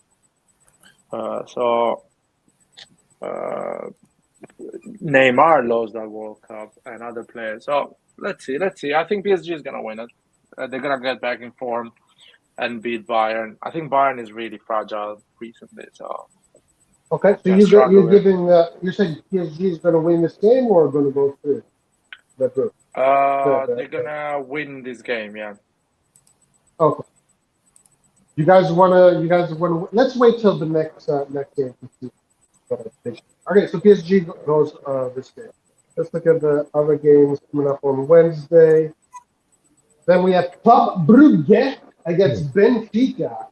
That will be also a very good game because Bruges this season was amazing in the Champions League as well as Benfica. That could be the dark horse game of this round. Yeah. Who do you give that to? For me, Benfica, by the way. Benfica without their best midfielder. Remember that? So you say Benfica, Lai? Yeah, I say Benfica. I'm gonna say the first game to go for Bruges. Bruges. Yeah, the first game. Based on current form, Club Brugge is coming from a bunch of ties. Benfica 1 tie and a lot of wins. Benfica's been outstanding this year. Yeah? Like in the Champions League, and just as a team in general, has been quite outstanding. I think I'm going to give the edge to Benfica. I think I'm going to go with Benfica. Cluj does have one player that I really like. I wanted to come to Milan. Onion Dika, like Antonio's dad called him. Onion Dika. He's really good. I wish he came to Milan. Oh, that's another player that we missed this summer. Yeah, Another player that Onion would be. That's what I think he would have been the perfect Casey replacement. Yeah. Okay, what about Borussia Dortmund Chelsea? Is Mudryk going to show his work? That's quite difficult game to predict because although Chelsea are in a very bad form, they spent over 300 million, and they have good players. So if they're not able to perform at this game. That's really sad to spend that amount of money and still losing the league and still losing the Champions League. That would be really, really sad. Look at Dortmund's form this year. It's quite excellent. Right? Perfect. Chelsea. So who do you say? Chelsea or Dortmund is going to take this one? Well, I'm gonna say Dortmund tomorrow to win. Dortmund? Okay. What about you, Larry? I don't know. Dortmund is a bit weak defensively. Chelsea is actually not bad defensively. I don't know. I think it's gonna be kind of a Tottenham Milan game, I would say, but I think Chelsea is gonna go through, but this game is gonna be a draw. Oh, okay. I mean, for me, it's difficult not to say Chelsea with everyone they bought. How can you not say Chelsea? But Dortmund is also a team that plays with no fear. The Westfalen Stadium is quite a fort. I'm going to say Chelsea. All right. What about? We're going to keep going in the same round. Liverpool, Real Madrid. This is next week. Who do you think? Real Madrid. That would be a very interesting game to watch. But also, I'm gonna say Real Madrid because I don't know, they're different. They're different beasts in the Champions League. This is the revenge game for Liverpool, yeah. Yeah, but nothing is clicking for them this season. Nothing is clicking for them this season. Is the Bernabeu? No, it's first game is Oh, so it's not gonna win Real Madrid at Anfield. I would say a draw. A draw. You know what? I don't know. You know, that's a good point. Anfield is such a difficult place to play. It could be even that Liverpool wins at Anfield, but then Real Madrid wins at Madrid by scoring a few more goals. So that is a possibility. Yeah. I'm going to give it to Madrid, though. I'm going to give it to Madrid. Ancelotti is it's basically the kryptonite of Jurgen Klopp. I think Jurgen Klopp never won against Ancelotti in these games. Ancelotti, his career. Ancelotti has beaten Liverpool twice in a Champions League. And he's beaten Borussia Dortmund at that time when Klopp was the coach as well. Yeah, I'm going to go with Real Madrid too. So everybody going with Real Madrid, but tie for Frankfurt, Napoli. Okay, go ahead. Ancelotti has beaten him as well when he was Napoli coach. Oh, really? Wow. They just cannot win against Ancelotti. Now, if Ancelotti wins the Champions, if Real Madrid wins the Champions League again this year, it's like just give it to them every year. You know why you don't do it? Frankfurt, Napoli. Lars, you go first. Oh, Napoli. Napoli is it's the Bundesliga tax as well, man. They are so open, football-wise. They are not conservative at all. So Napoli is gonna. I'm not saying kill them, but they're gonna do well. Napoli's gonna do well. Yeah, I think Napoli can take it. Again, my only concern is Napoli if they lose a little bit of their, if they just become a little bit arrogant, bad things might happen to them. But I am also going towards Napoli here. What about you, Emma? Yeah, I'm gonna say Napoli as well. As I said previously, the only way I see Napoli losing this if they get overconfident, because Frankfurt can be dangerous, especially in the counterattacks as well. So they just need to be smart and not to underestimate them, and they're gonna win them.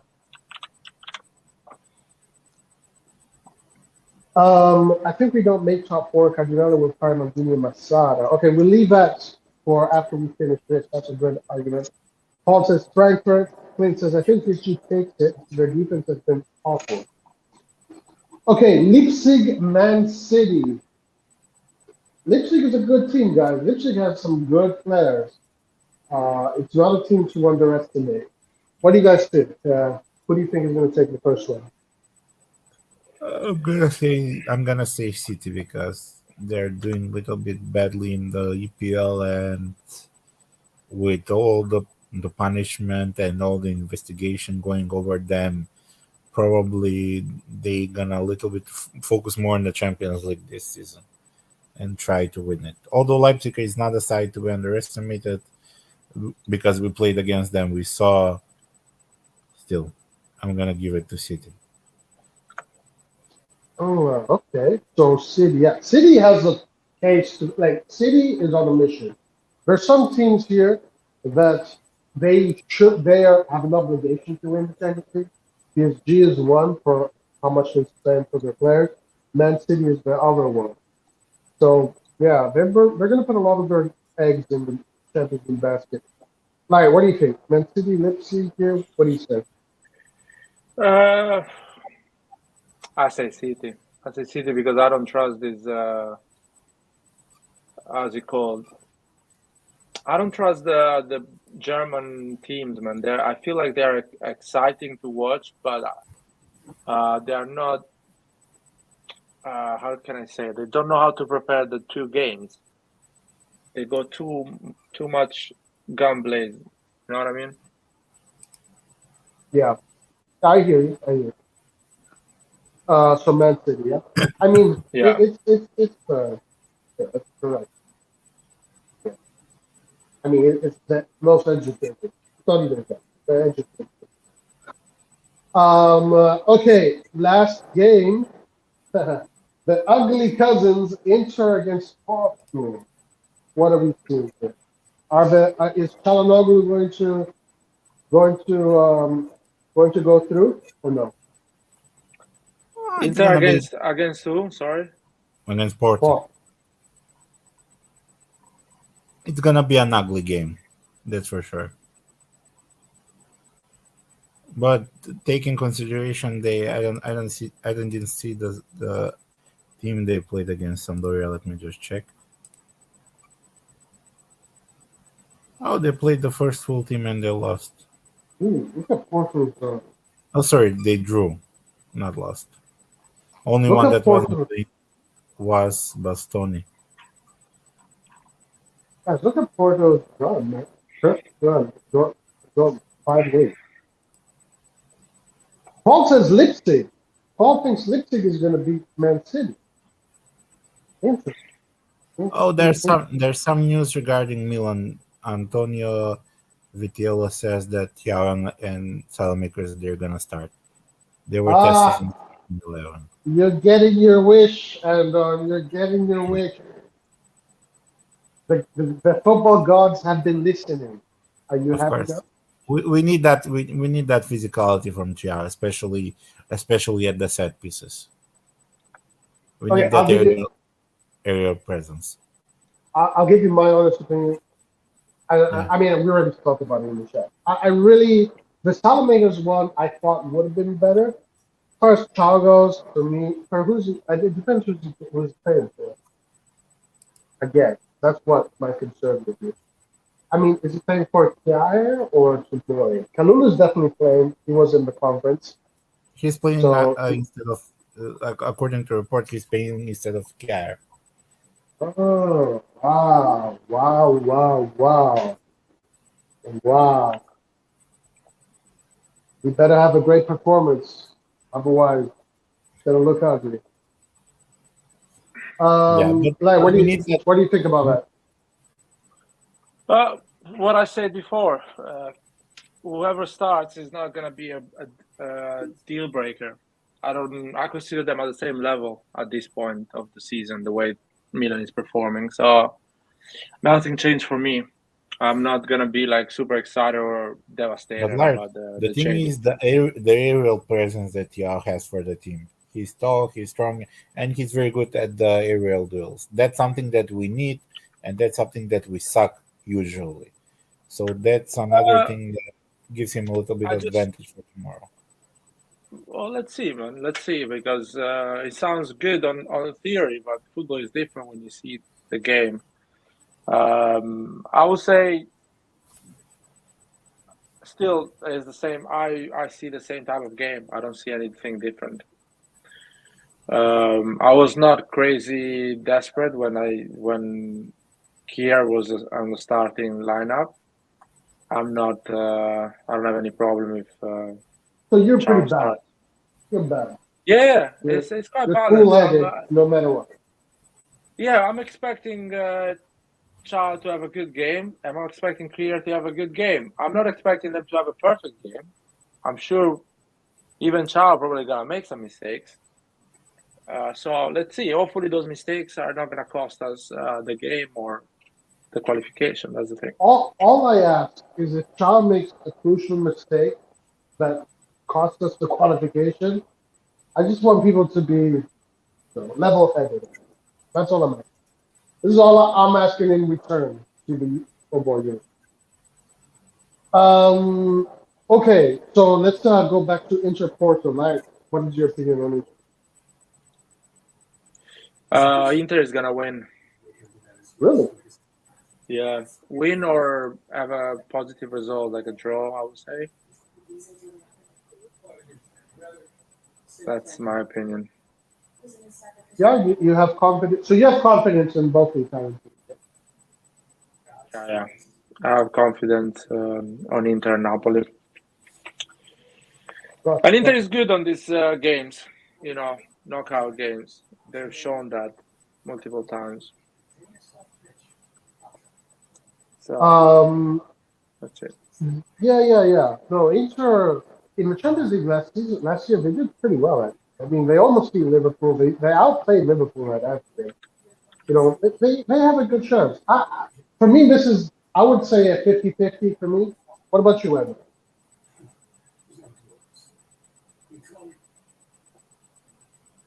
Are you there or not? Oh, sorry. Can you repeat that? Inter Porto. Oh, as I said, it's gonna be an ugly game. I give them 50-50 chances for both of them. Because as I saw, I thought Inter was playing their weaker side against Sampdoria. That's why they drew, but mainly the first team players were playing. So, taking in consideration Inzaghi and his substitutions, Porto is a very, very difficult team to play against. So I'm not expecting too many goals in that game. Maybe a goal at maximum two will decide the difference between them. Yeah, listen, Inter is a weird team. They're going to win a big game and then they're going to mess up small games. This year, this is Inter's season. They win the big games, they lose the small games. They'll beat Napoli, they lose to Empoli. They beat Milan, they tie to Sampdoria. They're very strange. All right, so those are all the UEFA Champions League teams, guys. 2 more games, and then we're done. And those 2 games are from the what is that other competition called? Conference League, Bravo one. Europa League. Bravo. All right, let me see who the 2 Italian teams are playing.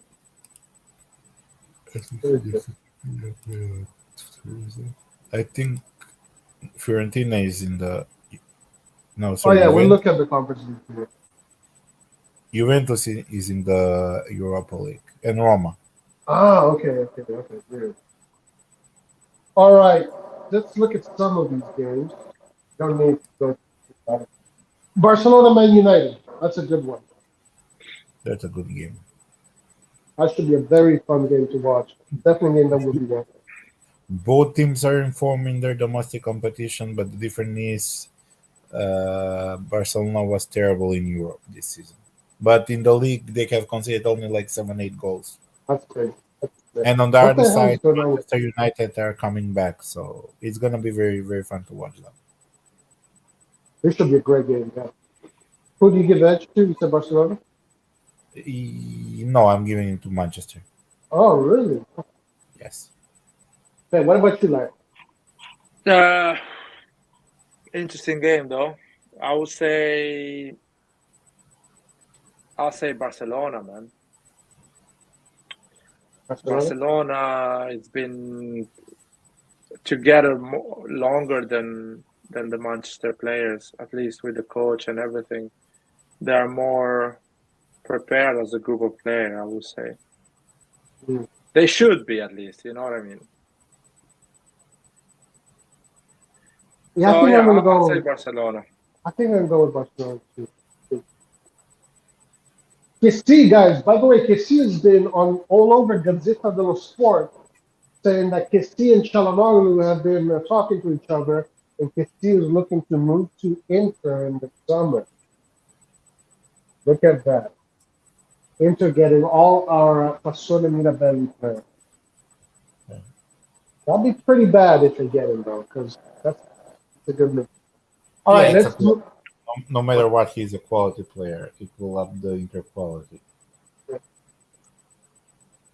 By any opinions on Kessie Inter, that possibility? Well, Lion hates it. So, what do you I don't hate Kessie, man. I have a problem with the people that want him back after he decided not to stay at Milan. That's the thing.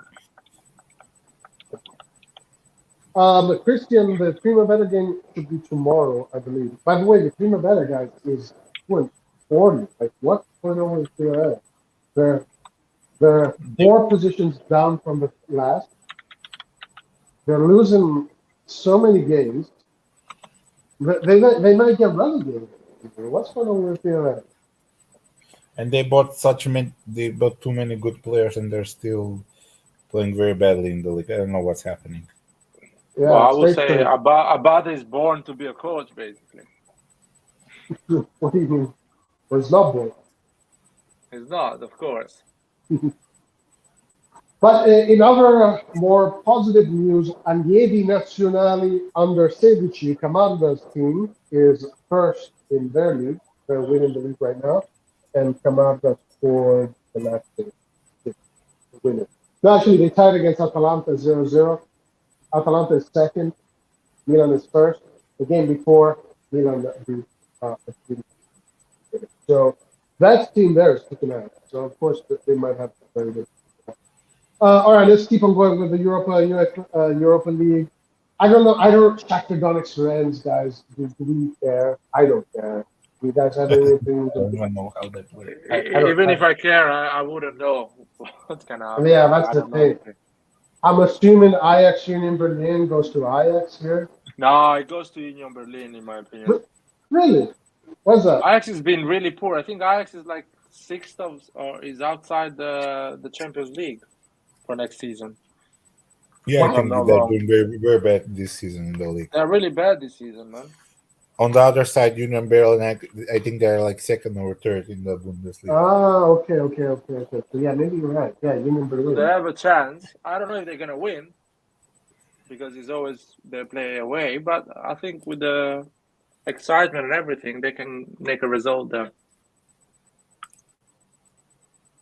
Jonathan David is another good name. Good shout out to Casino.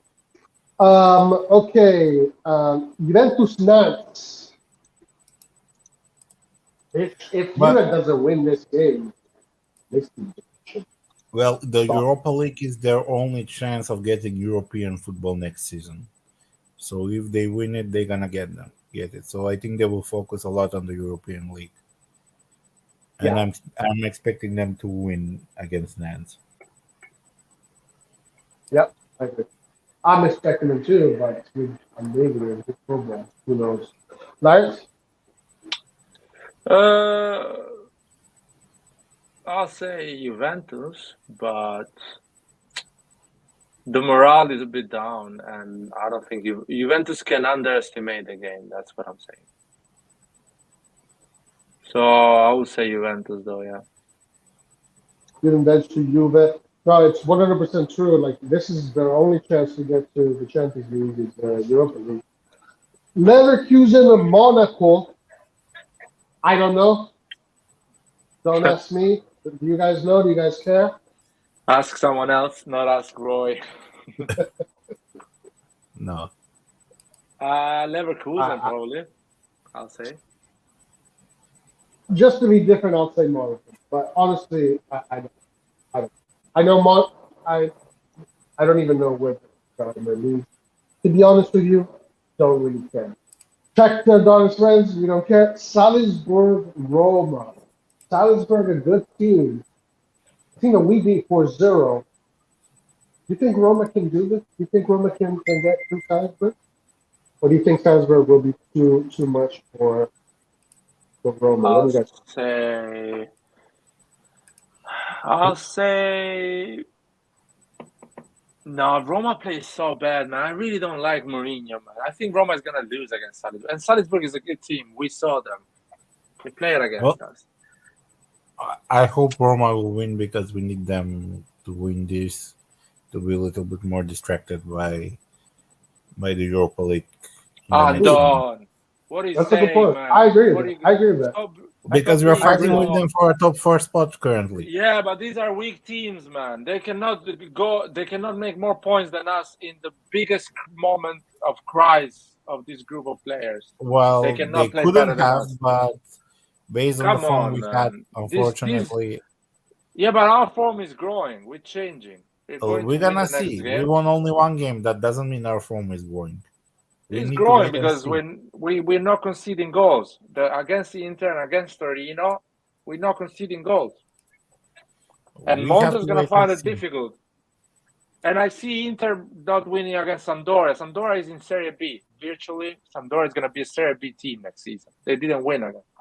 So the Roma cannot win a game. Right. It's not about them not winning. It's about Lazio lost. About us. Lazio lost. Yeah. What Alan is saying, Roma is going to have more things to be worried about. More, just that's what you're saying, right? Roma is going to lose against Salzburgo. They're going to lose in Serie A the game after, and they're going to go on a crisis. They're going to fight with each other and start winning again after a month. But Dybala is picking up. It's very possible. It's very possible. That's how Roma. There is a reason why Roma, without a proper coach, proper group of players, they cannot go top 4. Mourinho, by the way, Mourinho is not good. He's not a positive coach, in my opinion.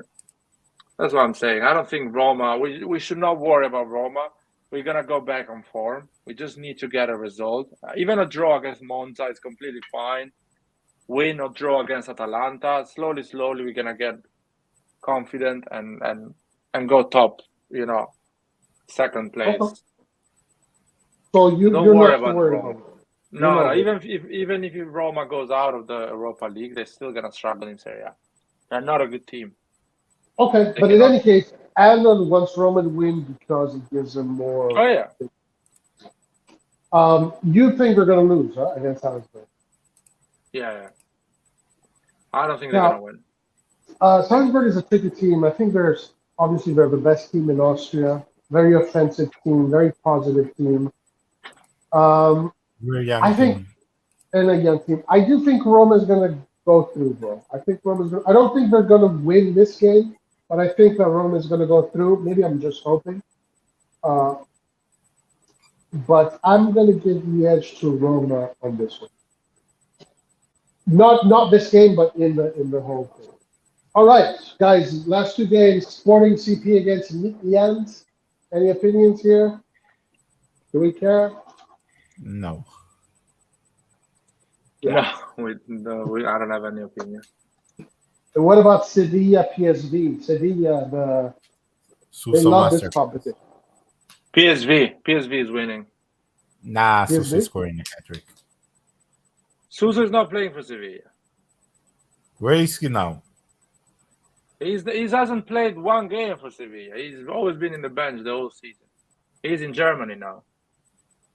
Really? Yeah, guys, you need to watch football, man. What does this I- La Liga? I don't know. I really don't know. PSV is winning the league, right? Aren't they top of the league? Yeah, they're top of the league. Sevilla is close to relegation, so Wow. they're not gonna get relegated, but you know they're lower in the table. Nah, lad, he's still at Sevilla. Don't. Dude, he Yeah. moved to in Germany, man. He made the No, move he's in still at Germany. Sevilla How much you wanna bet? because I just Googled it, right? How much you wanna bet? Forget about transfer market. He's on loan Nah. in Germany. He made a move in Germany. To what team? I don't remember the team. It was like let me Google it. Fuck it. I have to Google this. Okay, just in my thing, I'm going to give. It's hard to bet against Sevilla because they win this competition every year. But I guess I'm going to give it to PSV, but reluctantly, because I think Sevilla can pull a rabbit out of their hat. Sorry, not Suso. The guy Isco. Sorry, Isco moved to Germany. Nah, Suso I is still. was confused. Suso is still Yeah. there. Yeah. Sorry. I really got confused. Man, at what Okay. time he was worth 50 Sorry. million? Who? Suso. When he was the only player playing for us good. And we didn't sell him. We didn't. That's fine. Okay, so I know that this is not the whole list of the Conference League. I think there's another round that comes after. Yes. But Lazio and Fiorentina are playing in both this round. But there are other teams like West Ham and Villarreal, etc., that play in the other round. Yeah, this is just this- the one. This is not round playoff. Second round. Okay. So there's some teams that already qualified to the next round, pretty much, because Yeah. of where they finished. So let's just talk about Lazio against Fluid. What do you guys think? Let me ask you this. Do you think either Fiorentina or Lazio can win the Conference League this year? Well, they I think have chances. Scamacca is gonna win the Conference League. I don't know what other teams are there directly qualified. Well, I know Villarreal and West Ham are the two better teams. They're not some crazy strong teams, so they have the chance. Especially Lazio, they have. Yeah, I think Lazio has a good chance, and it'd be a good response to Roma winning the Conference League last year. Yeah, interesting. Good.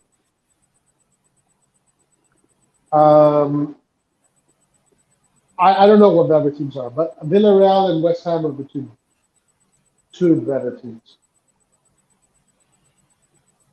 What about Fiorentina? Do you think Fiorentina, guys? How do you see Fiorentina?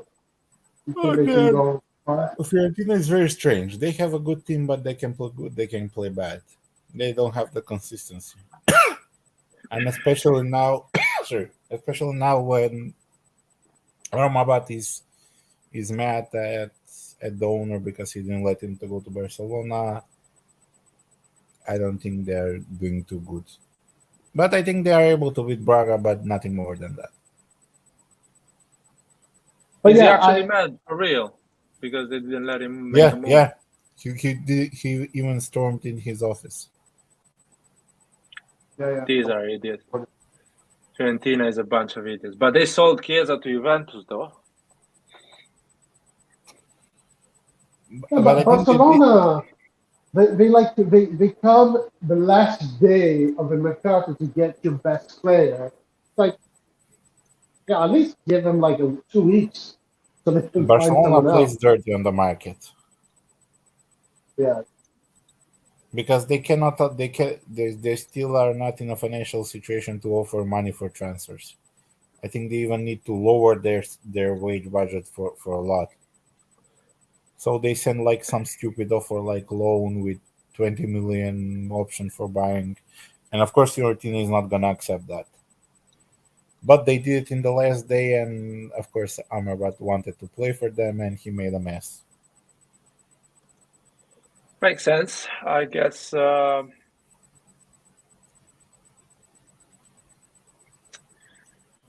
Yeah, it's a bit dodgy what Barcelona does, but Amrabat All right, now guys. is upset. Yeah. All right, guys. Listen, so that's everything as far as the European week. Anything else you guys want to add? Because we're good for today. Tomorrow we're going to have very, I'm sure, lively post match. It's going No, to be a lively day. as I said, for me tomorrow is not that important. I'm more focused on the weekend to win against Monza, who are very dangerous at this given time because they're in very good form. I'm not really bothered tomorrow if we're gonna lose. But of course, I still want to win. But again, Yeah. the focus we Come need to put in the on. Serie A. Andon, you need to dream, man. But stop worrying about the Serie A. We got that. But listen, Don't worry. there was this comment here that I wanted to tackle before we close today. I think if we don't make top four, Cardinale will fire Maldini and Massad. You guys think that is the right thing to do if you don't make top four? Well, because he cannot fire himself, so I think it's the right thing to do. What are you gonna do? No, the only problem with them is, for example, the goalkeeper situation. They didn't manage to address this winter mercato. Dude, with zero money, it's hard to solve that situation with zero money. If Cardinale keeps giving zero money, if he Well, fires you had Maldini and you had Mostarda, the next one options. is gonna You be him had to get fired. you could have tried for Keylor Navas. You could have tried for another keeper. You could have tried a lot of things.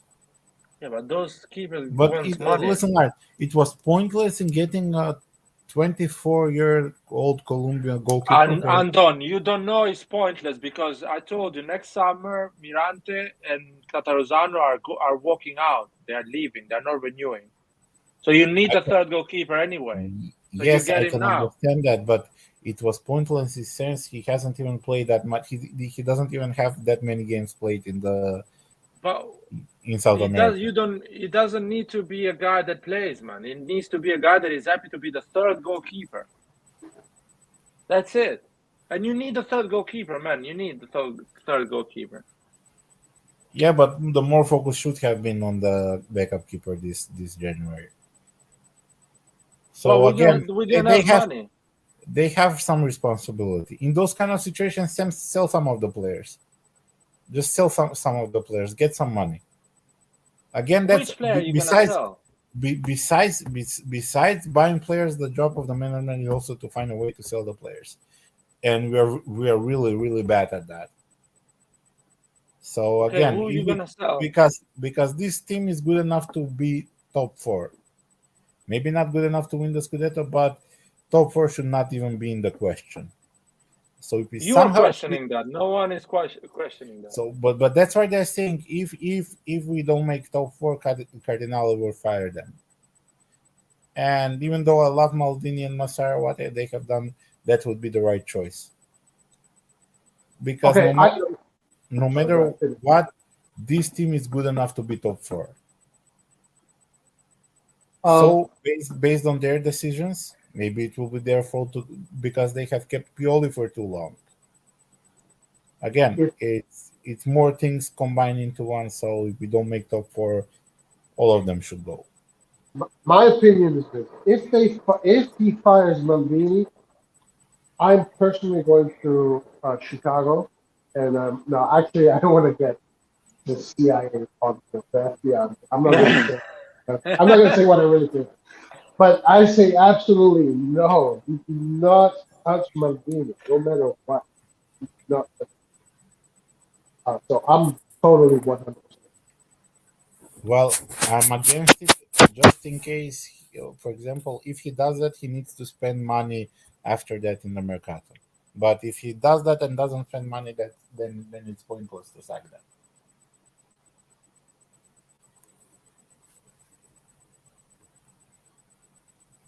Well, let's see what will happen. We'll see what happens. Anyway,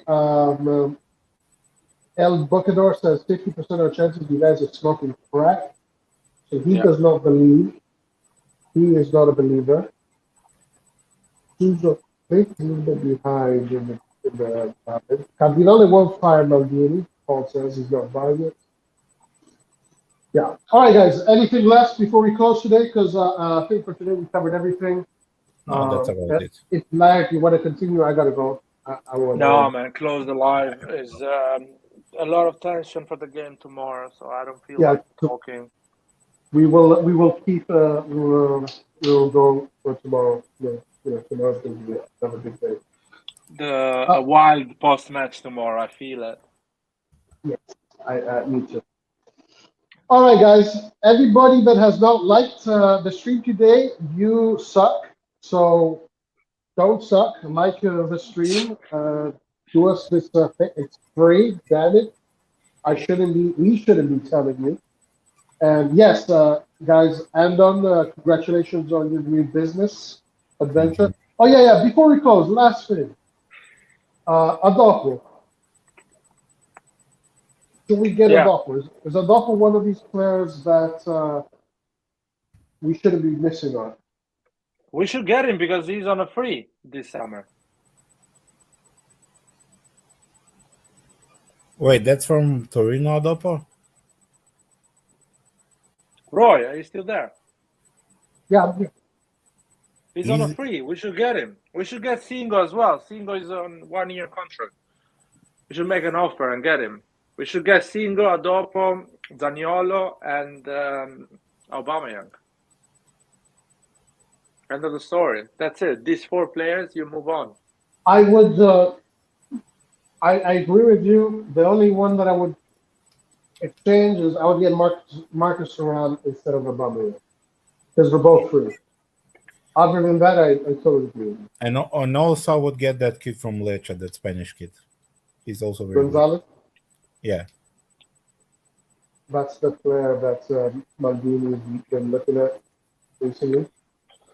I think we cannot get all of them because we are a football club, not fucking, I don't know. Yeah, but that depends if we're going to buy Ranks and Adley. If we don't buy them, then there is spots. Adley, we bought him already. I mean, sorry, those Ranks. But Ranks looks like it's not. Also depends if Adley is going to stay, because if he continues like this, not getting playing time, what's the point in keeping him in the team? Yeah, but you get Adolfo and you send Adley on loan, and that's it. And you need to get that Spanish team because he's creative. You sell Rebic, you put Zaniolo in. You send Messias on loan, you put Singo.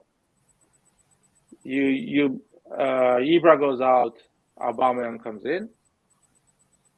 Basically, two players on a free, and one is 10 million, Singo probably 15, Zaniolo 25, and that's it.